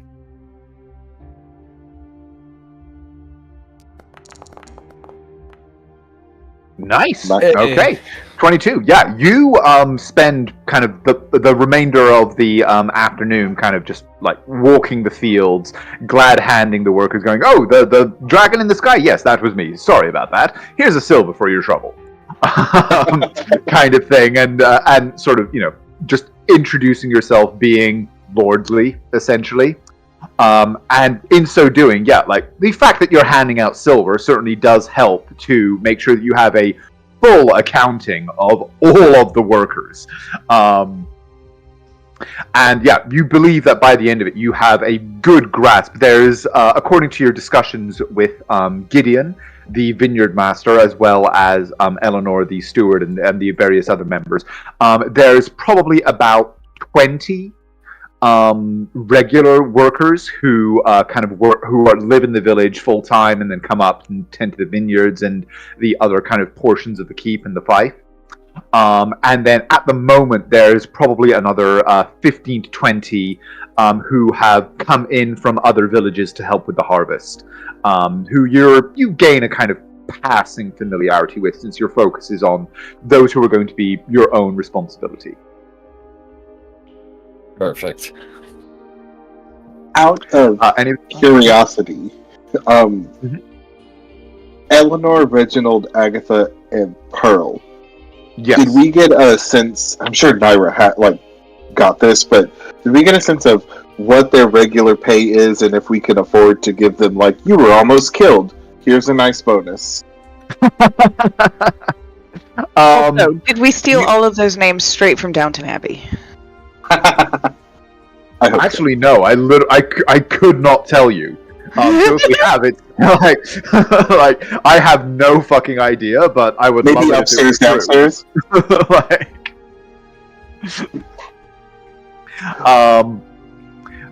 In answer to the question,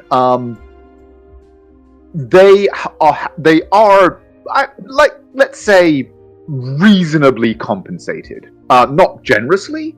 And it would certainly, there is room in the accounts to increase their pay, but they are not deprived by any stretch, especially given that they are, as a portion of their positions, they are allowed to room and board within the manor itself. Mm-hmm. I just know they've been watching us like hand money to everybody who's walking in. I just want to make sure we sat down and had a talk with them, being like, "We're going to take care of you. Thank you so much." They are familiar with the concept of noblesse oblige, and Reginald in particular actually seems to be somewhat kind of quite admiring of how, it's like, yes, this is good and proper. That Uther is just doling out money left and right. He's just like, good, yes, we have a proper lord in residence. Very good. He's like, finally! Basically, actually, yeah. Yeah, you kind of get the impression that is exactly what he's thinking. He's just like, oh god, I thought, he's like, oh thank goodness, I thought we were going to get some nouveau riche upstart campaigners that didn't know which fork to use, and instead we have a proper lord. Thank the pillars. Oh, we still don't know which fork to use, like a good 3/5 of us. Well, you don't, but Uther and Naira do, so. Doles out money like the air he breathes. Like the lord and lady and their hangers-on. As long as the Lord and Lady know the proper protocol, he's happy. I'm gonna dole out money to my peasants. Yes. I'm gonna destabilize the economy. Fuck yeah. Yeah, right. Man, It's some okay. moves up in here. Quickly. It's our economy now. Suddenly, I mean, there's some Admiral truth to had that. inflation hit hard. This is trickle down economics, okay? It works. Trickle is the right word. That's how you know it's a fantasy.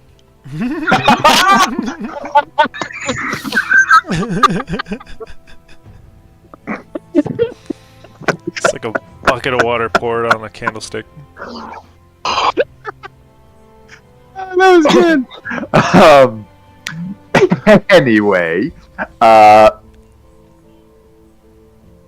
anything else that anybody wishes to do or discuss with their the day, or can we fast forward to the Adalor market? No, other than I would tell everyone that, like, you know, all of them when they're there and be like, also, if you see a direwolf running through the fields or towards you, just freeze. Don't move. If he's covered in armor. If he's not, then there could be other problems. But listen. Wait, didn't we write something on his, like, doesn't he have a sign? Yeah, he has like a magical Yeah, sign. Did yeah, yeah, But it only lasts for like an hour. Yeah. yeah. It's gone now. We're probably gonna need to build like a very large doghouse because he's a very large dog. He's a big boy. Would be pretty funny. Try and match the spires in the shape of the main house, but make it doghouse size. Oh, there you go. Just put it right here, right next to the open kitchen. I don't think there's enough room there. We could That would actually be repurpose- kind of a squeeze for Valco. Damn it. We could repurpose this entire stables area over here. No.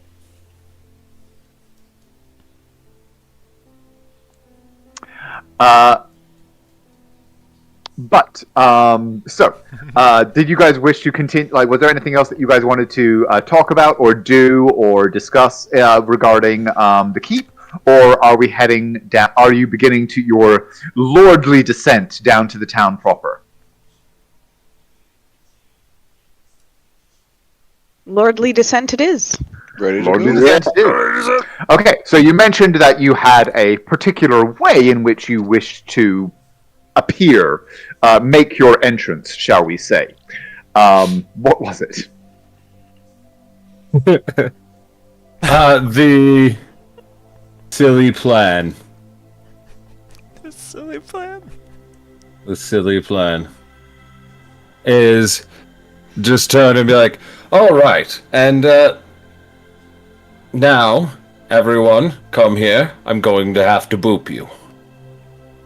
And then I'm going to burn invisibility. Naira, do you have it or no? We I all don't hold think hands. I do, actually. I don't Hold on, necessarily need I can it. turn my I can do invisibility. I don't have greater invisibility. You can do invisibility? Yeah. Perfect. I will take...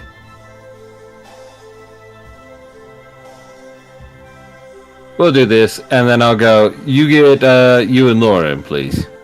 And then I'll burn that, boop. And then just boop everybody on the nose.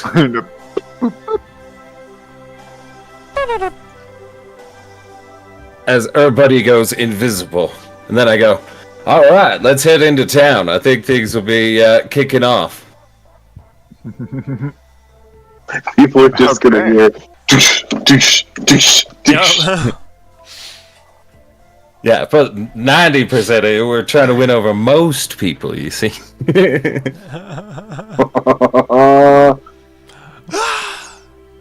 Wander, do you cap or disguise Flame Bearer at all? Nope. Okay, so yeah, while invisible, there is just this moving, like, aura of light that kind of is pouring out from the invisible. From the aether. I like it, actually. It's like a more violent will-o-wisp. And so, evening draws in. You commence the booping, and then begin the short walk down to the market square itself. As you approach the small hamlet, you see that, true to his word, Alden appears to have organized a gathering of some sort in the town square. It looks like, considering the size of the hamlet, it looks like a good proportion of the population is present, and there is certainly a great deal of excitement taking place as they mill about. Like, there's a lot of discussion as you move invisibly through the outskirts and toward the market. You can hear snatches of conversation, rumors. People say, "Oh yeah, no, my boy Baron, he works up in the vineyards. He said Lord Lionsbane came round this very afternoon, handed him a silver just for saying hi." Oh no. Get your coin purse ready. But yes, everybody, please go ahead and roll me stealth checks. Oh, what? Let's see. You get advantage. Keep that in mind. Which means it's normal. A straight roll. Ooh. Out of curiosity, what did I get? Really high? I'll tell you, well, the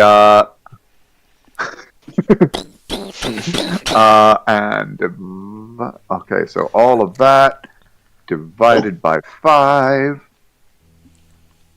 Okay, not bad. A total of 6. As you move through, for the most part, you pass through the outskirts as utter phantoms, completely unnoticed and unheeded. However, every now and again, the steady of armored feet and the sheen of light coming out of the nothingness where Wander is standing does draw some very curious looks. And there is like something of a pathway that opens for Wander, at least, as you move through. As people see, like, nobody seems to be kind of worried, because there is this kind of fervor of excitement that's been building. And many people seem to kind of just be like, "Oh my gosh, I told you there was magic. I told you they could do magic. It's got to be them. It's got to be." Yes, build the excitement. As you all move toward the center of the town.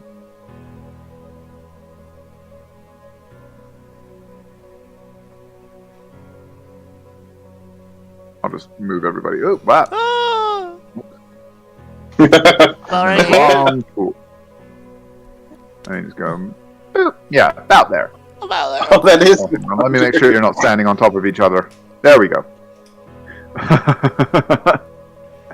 As you do, like, as the excitement and the whispers of Wander's approach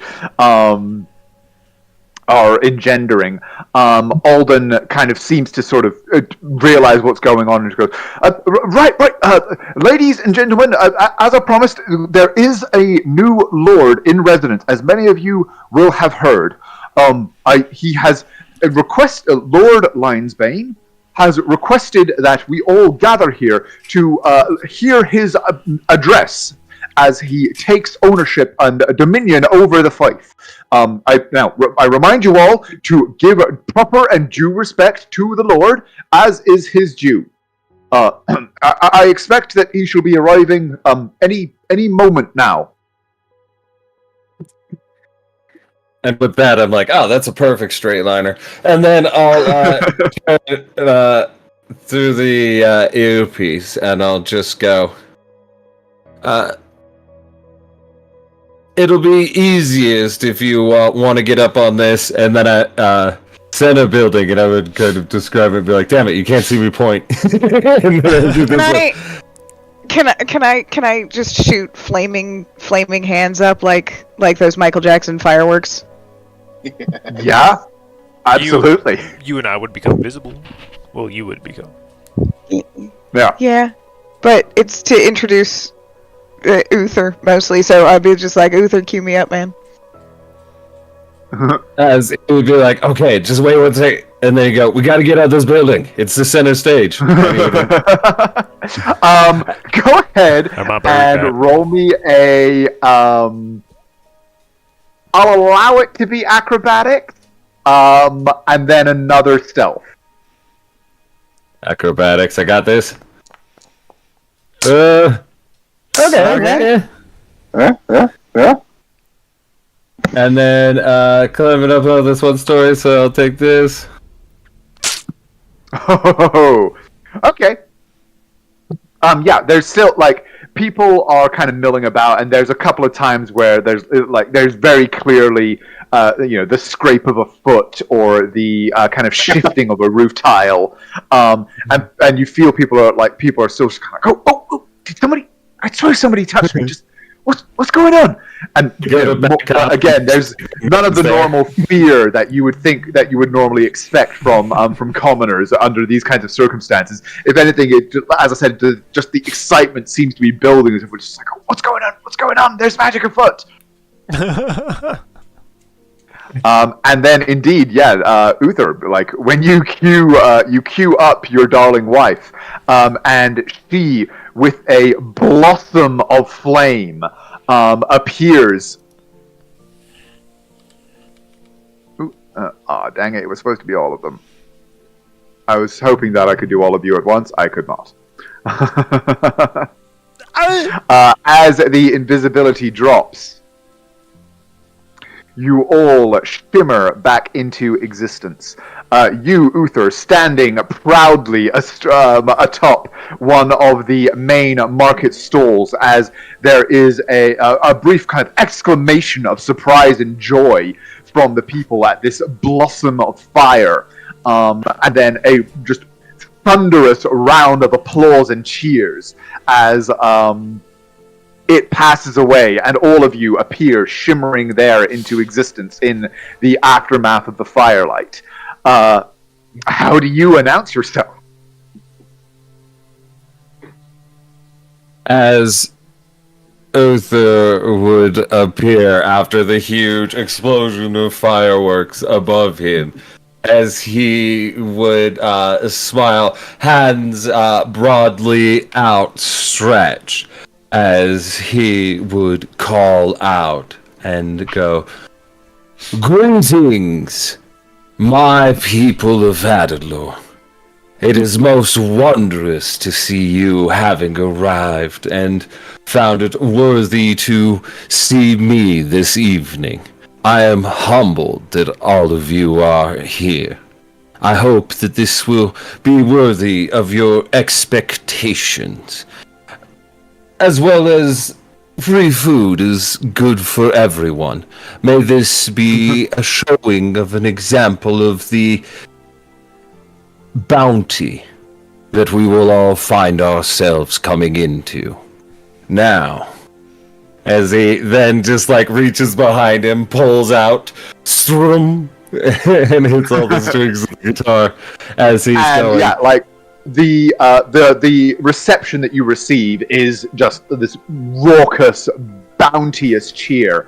You do indeed see that Alden has spent wisely, and there are all of the stalls have kind of portions of them that have been set out where there are just loaves of bread, cheeses, meats, just that have been obviously freshly prepared and laid out, as well as, of course, this being a vineyard town, casks of wine that have been broached that people are just freely dipping their cups into as they move about. many of those cups raised in cheer to your appearance, and it takes actually a moment for the rest of your words to be heard as those cheers die down. But an expectant hush falls as you produce your loot with a flourish, and go ahead and roll me a performance check with advantage. I'm a nat 20, my performance with my fiddle, and by the way, we've got a full-on rock opera accompaniment. And, hold on. Okay. Because I was going to, before that, though, go... You've got this, darling, and then give bardic inspiration. Okay, so Naira, with a nat 20, also go ahead and roll me a d8. Or is it a d10? It's a d8 D10 still, right? now. It's D10? a D10. Okay. D10 now, yeah. Go ahead and roll me. Well, that brings it up to 40. Fuck me. Okay, and... Sorry, 30. 30, okay. That's still, like, literally godlike, but anyway. And then, of course, Skiggly doing it up above us, and... Go ahead and make your roll at Advantigo. Of course, Advantigo! Nice!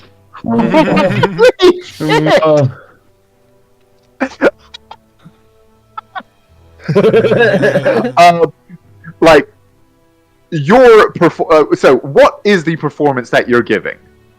I'm kind of explaining who we are, giving them the heroic version that I've kind of presented before, but there's definitely going to be like almost an introduction, especially at the start, where it's gonna be like cut to like, he blessed the city, and all this, like, you know, the lights coming across, resurrecting the light, then all of a sudden it switches, and it's like, beneath it, in like different languages, wander, and then cut to like, the guy running, and then Lauren just anime intro. It's a montage. Intro, and then the explanation story, and then arriving, and then being like, we've got a new town. Perfect. We're gonna make it the best place ever. And then it like ends. We're gonna change absolutely nothing. I mean, so like, people absolutely fucking lose their goddamn minds in response. Like, these people are used to, you know, like, oh yeah, old Jimmy will get out his panpipes at the tavern every now and again, and you know, every now and again we'll get a bard, a traveling bard will come through who'll play for a couple of nights, you know, in the tavern or in the market to earn a crust of bread, kind of thing, and then two absolutely world-class bards come in and just throwing magic everywhere, promising the sky to these people and this glorious future under their protection and tutelage. These grand plans and this entering of Adalor onto this explosion of Adalor onto the world stage of importance. And yeah, like, I mean, the gift posted does actually sum up the response you get fairly well. It is like, you're like, imagine Beyonce just rocked up to some small town and went, yeah, I'm here now. This is where I'm going to hold all my concerts from now on. It's that kind of level of response. Like, at the conclusion of it, it takes minutes for the deafening cheers to die down. And people are just kind of hanging on your every word. Is there anything further that you wish to say to your newly adoring public? He would just raise the eyebrow and go, you got anything you want to say, Naira? Or anyone else for that matter, through the earpiece as he's, you know, doing the waves. The president waves.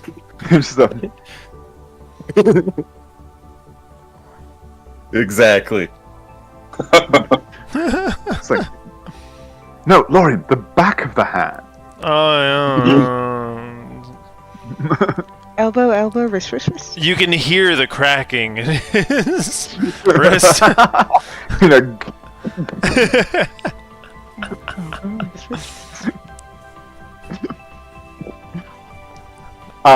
unless there is any specific kind of commandment or anything of that kind that you wish to give, you basically initiate an impromptu, just like what was already a festive atmosphere explodes into this impromptu celebration of the future that has been promised.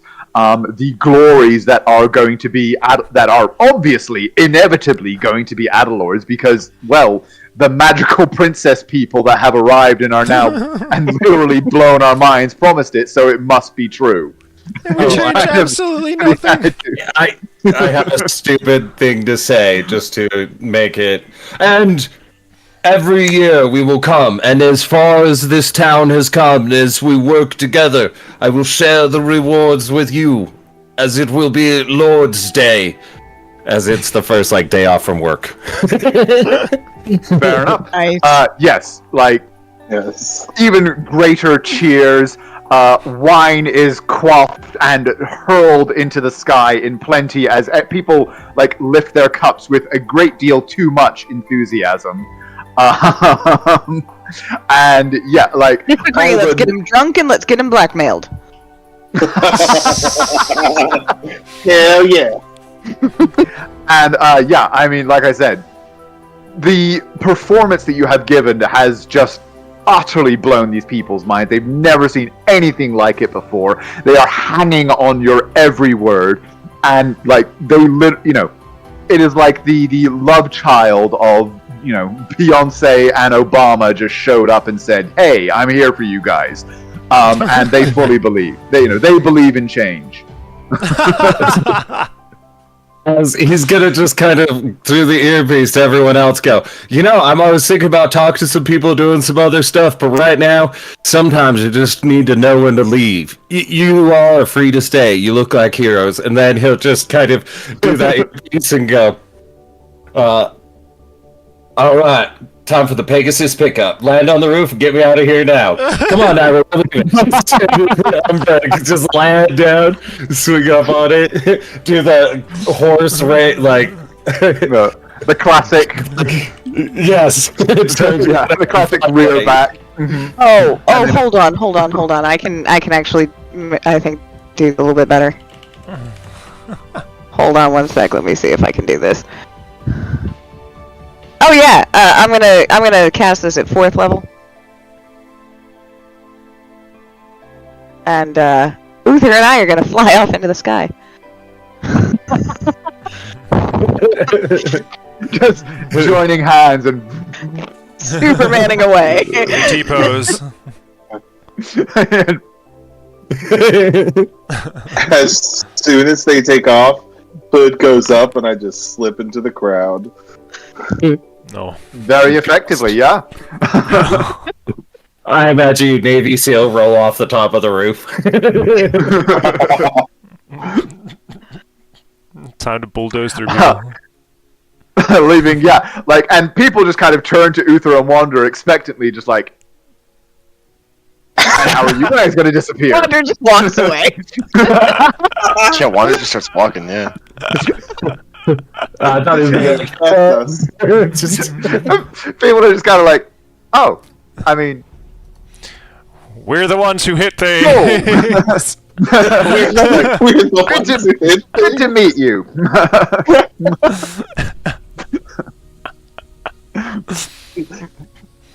Wander's they left us. They left us. They said they wouldn't do it again. Bye.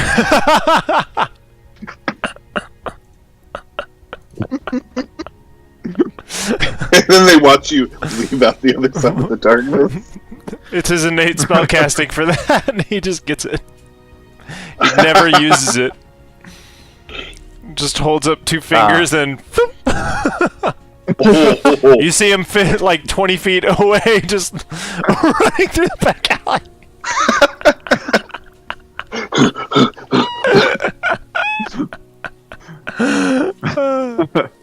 like the Batman behind the scenes sketch.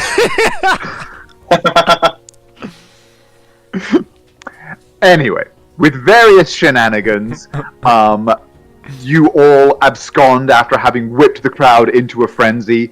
The celebration that was funded and, shall we say, enabled by the provision of the wine and the food that Alden was able to gather during with the day's notice that you gave him, seems to continue long into the night. Everybody, from what you are easily able to glean, everybody is extremely enthusiastic and happy about your arrival, very much looking forward to it, and somewhat outsized tales of, oh yes, my cousin so-and-so heard about the lions and the thing that they did down in Eldenil. They slew like 4 dragons that were attacking the town.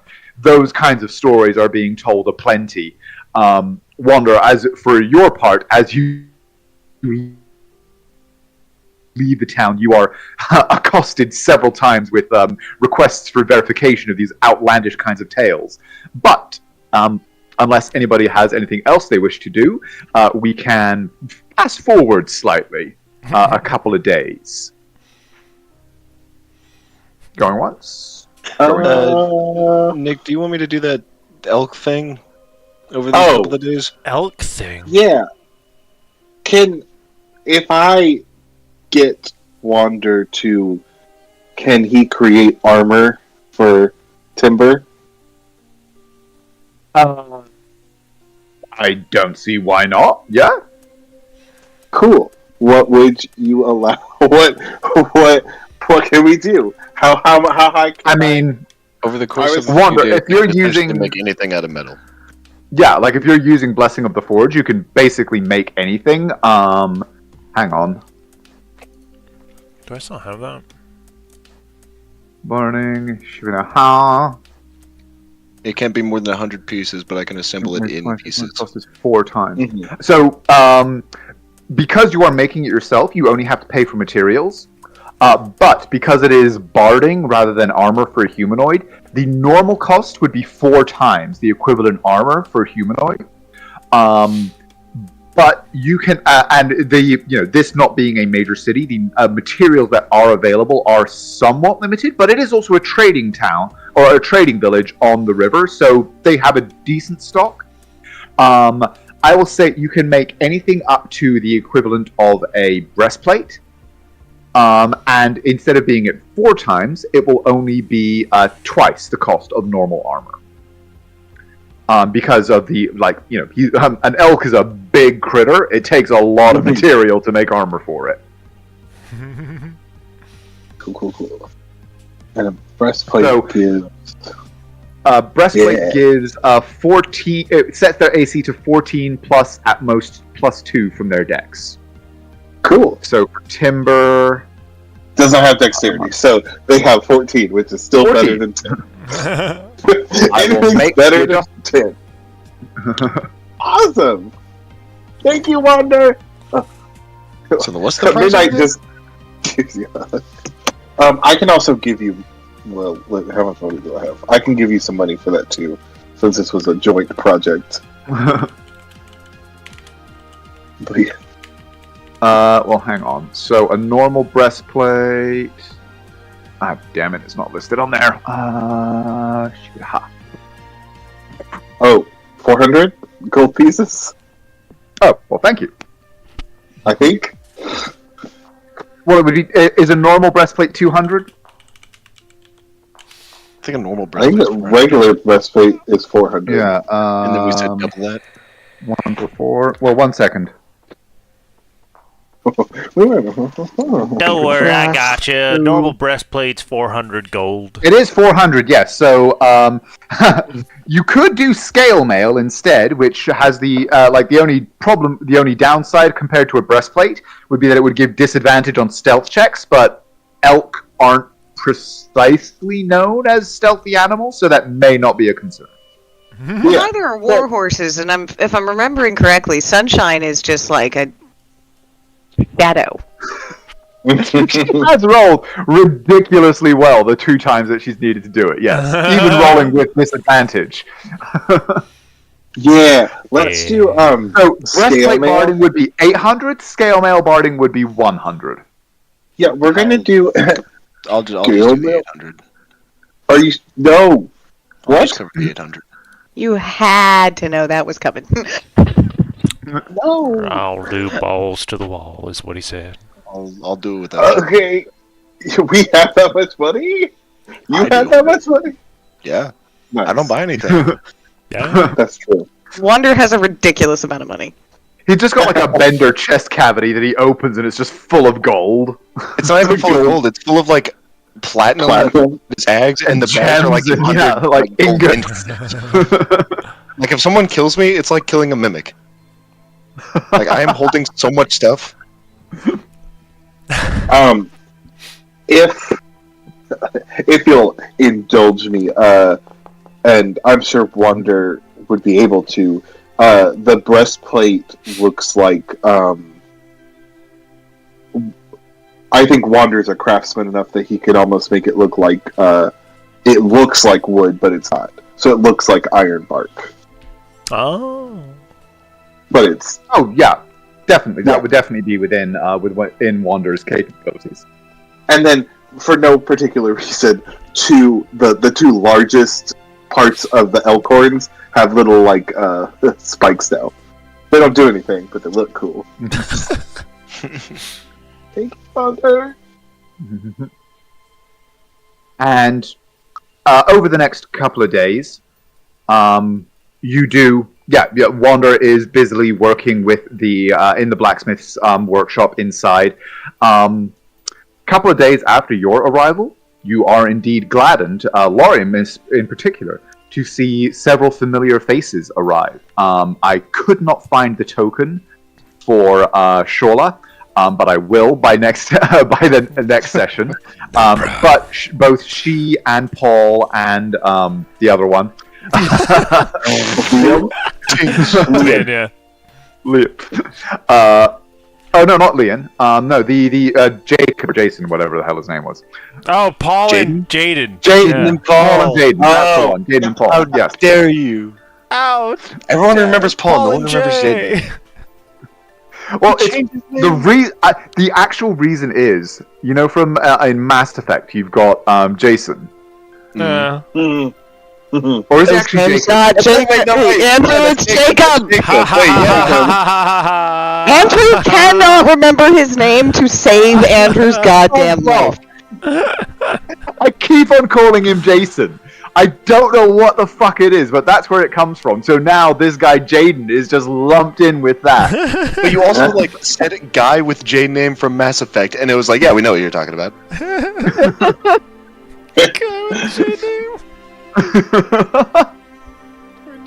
But anyway, they all arrive. The Depato is it pulls into is tied up at the quayside. Of course, given pride of place among the docks that are available there, and all 6 of them present themselves to you and are. I mean, we don't have to roleplay it, but they are seamlessly integrated into the household staff, and unless you wish alternative arrangements to be made, housed temporarily, at least, in the keep barracks. Okay. Nice. Or just leave. Lorium, like I said, we don't need to roleplay it. Lorium would leave Leon with the task of scouring about the grounds and finding any hidey holes or any sort of essentially just hidey holes, lesser known pockets where he can either store things or perhaps set up some traps. Should the need arise. And for Shala to talk to Naira about any sort of like alarm setup potentially for the Medical gate. defenses and the Yeah. like. Okie dokie. Yeah. Leon, in particular, sets to her task with a frankly worrying amount of glee when you mention the potential to set up deadfalls and traps and the like in the hope of securing this place. Shala rather more academically approaches her task, and yes, Naira, you find her to be not as academically inclined toward magic as you, but a very good grasp of the practicalities of its use. I'm just going to point out that it has been universally true about Naira that she does not look at people's shortcomings. She looks at what they do very, very well. Yeah. And yes, in terms of what she does very, very well, is, as I said, a very firm grasp of the practicalities of, of the more sort of day-to-day fundamental magic. Including the use, you have a long discussion with her of the usage and placement and maintenance of alarms and the like, detection systems and things of that nature, which she promises to pursue with all of her ability. And so we'll just pop them in there, and that's where they'll be, until called upon or needed by the plot.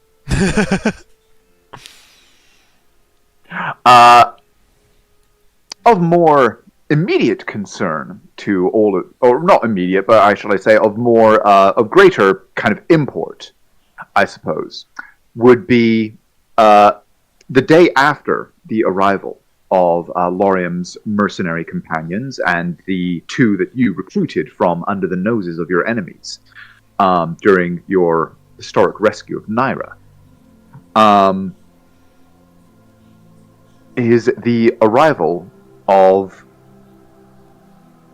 an even more familiar face. Let me give it a shot. Where the fuck did I put him? 1 second, sorry guys. Aha! He was in the wine cooler. And no.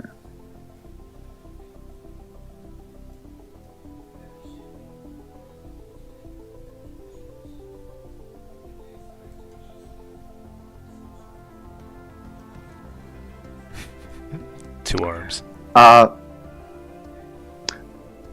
The day after the arrival of the Depato and Laurium's mercenary band, another ship, or another vessel, I should say. It's not quite the grandeur of a ship, but it is the comfortable kind of launch that the nobles of the Harashan coast use when plying her waterways. Pulls up and ties itself off at the harbor. A messenger boy runs up from the village to give you advanced warning, as is polite, that Lord Xavier Murdoch has arrived and apparently intends to attend the keep and seek an audience with the lions. This gives you the time that you would need to make any preparations that you would wish.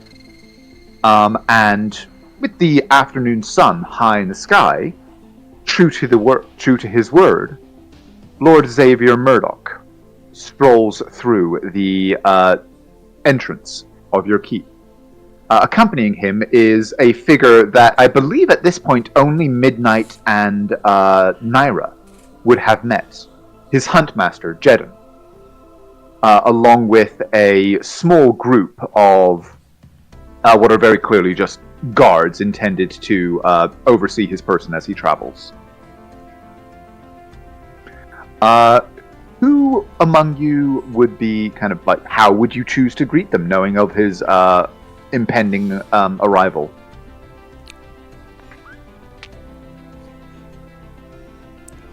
Probably be a Naira thing.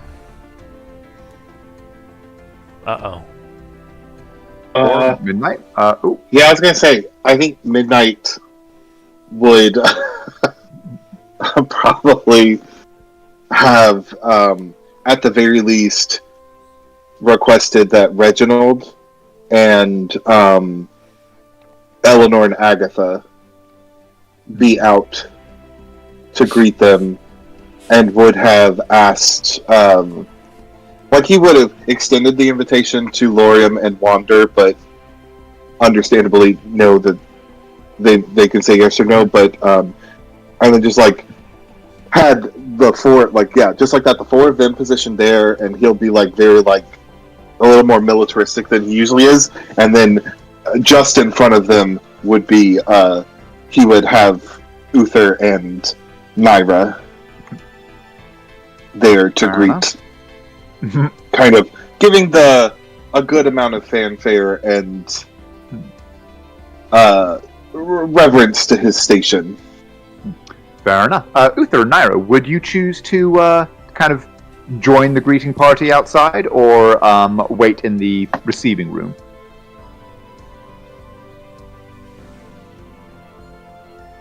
Both would potentially be considered proper and polite. There would be any kind of, as long as you actually did at some point greet him, neither one would be considered more proper or anything than the other. I think I would just go and sit down in the greeting room and be like, Okay. I think this is what I'm supposed to do.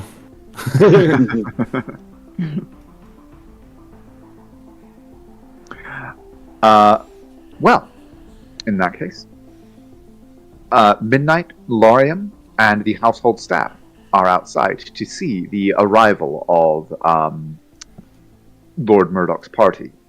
Huntmaster Jedden, as his eyes meet yours, gives you a warm nod of approval and greeting, Midnight. And Lord Xavier Murdoch approaches, and as he gets within earshot, he looks around him with a proud, approving smile.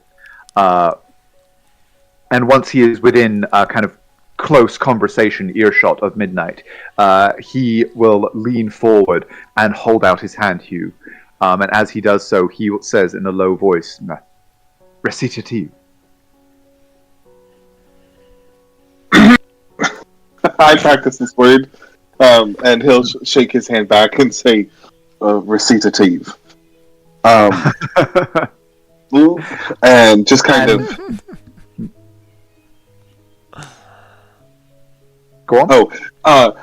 Give a nod and just say, "It is good to see you both. Welcome."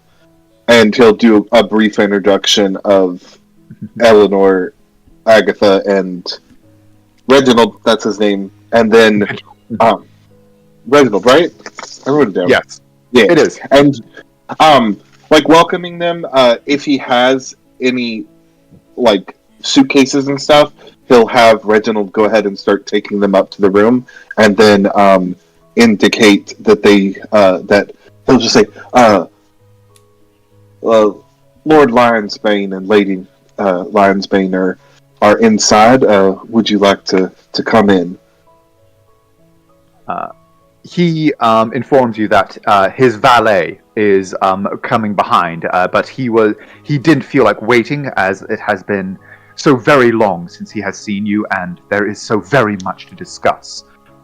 Yes, he would very dearly like to see Lord and Lady Lionsbane, as there are matters of great importance and a request that he wishes to put to all of the lions of the Harashan coast. A request that we shall get to on the next exciting episode of the Land of Sundered Crowns. Damn it. This is awesome. Now it's gonna be. I'm excited to see what happens. 20. Mwah. No, that nat 20 on the perform check is just Double that is that. the most Uther thing ever. It's just one of the games like, here, it enforces the narrative. This is what you've done the whole time. Do it again. I like how you all just leave and you're like, alright, you two do something cool, and Wander's just like, I'm just gonna walk away. And everyone's like, Lorm's just like, deuces. Darkness. It's so funny. And then Wander just dispels it immediately.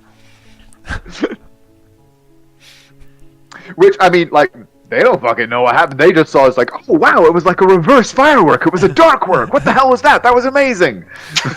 Actually, Dark work. wouldn't it depends how powerful, I guess, the relic is. Wouldn't Wander's mace just dispel darkness as he walks through it, regardless? I'll have to check my notes on that. I actually can't remember.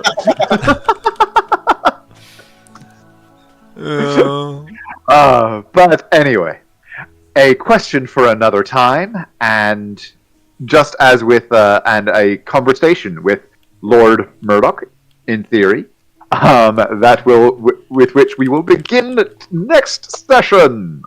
One thing. Sorry. One thing that would have happened. Is, I just would have sent a letter to old Maggie, give them basically saying the same things. But like, I also I would have paid the person who's delivering it really well, and then I would have enclosed in the letter like a platinum or two platinum, just to cover her travel if she chooses to, and if she doesn't, it's just for her.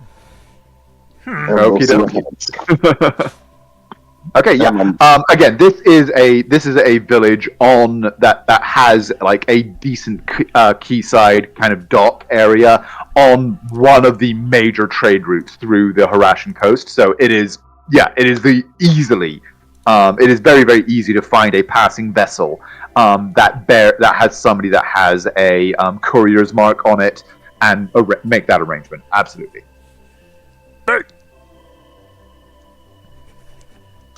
Well, cool. Okay, well, welcome everybody to Adalor Keep. I hope you like it. Thank you again to Christine for her impeccable taste in interior decorating. It looks so good. And because of all the flowers. I know, right? There's a potted plant in every room. I know, it looks so good. Lorem took the one with only one because he knows he'll kill it.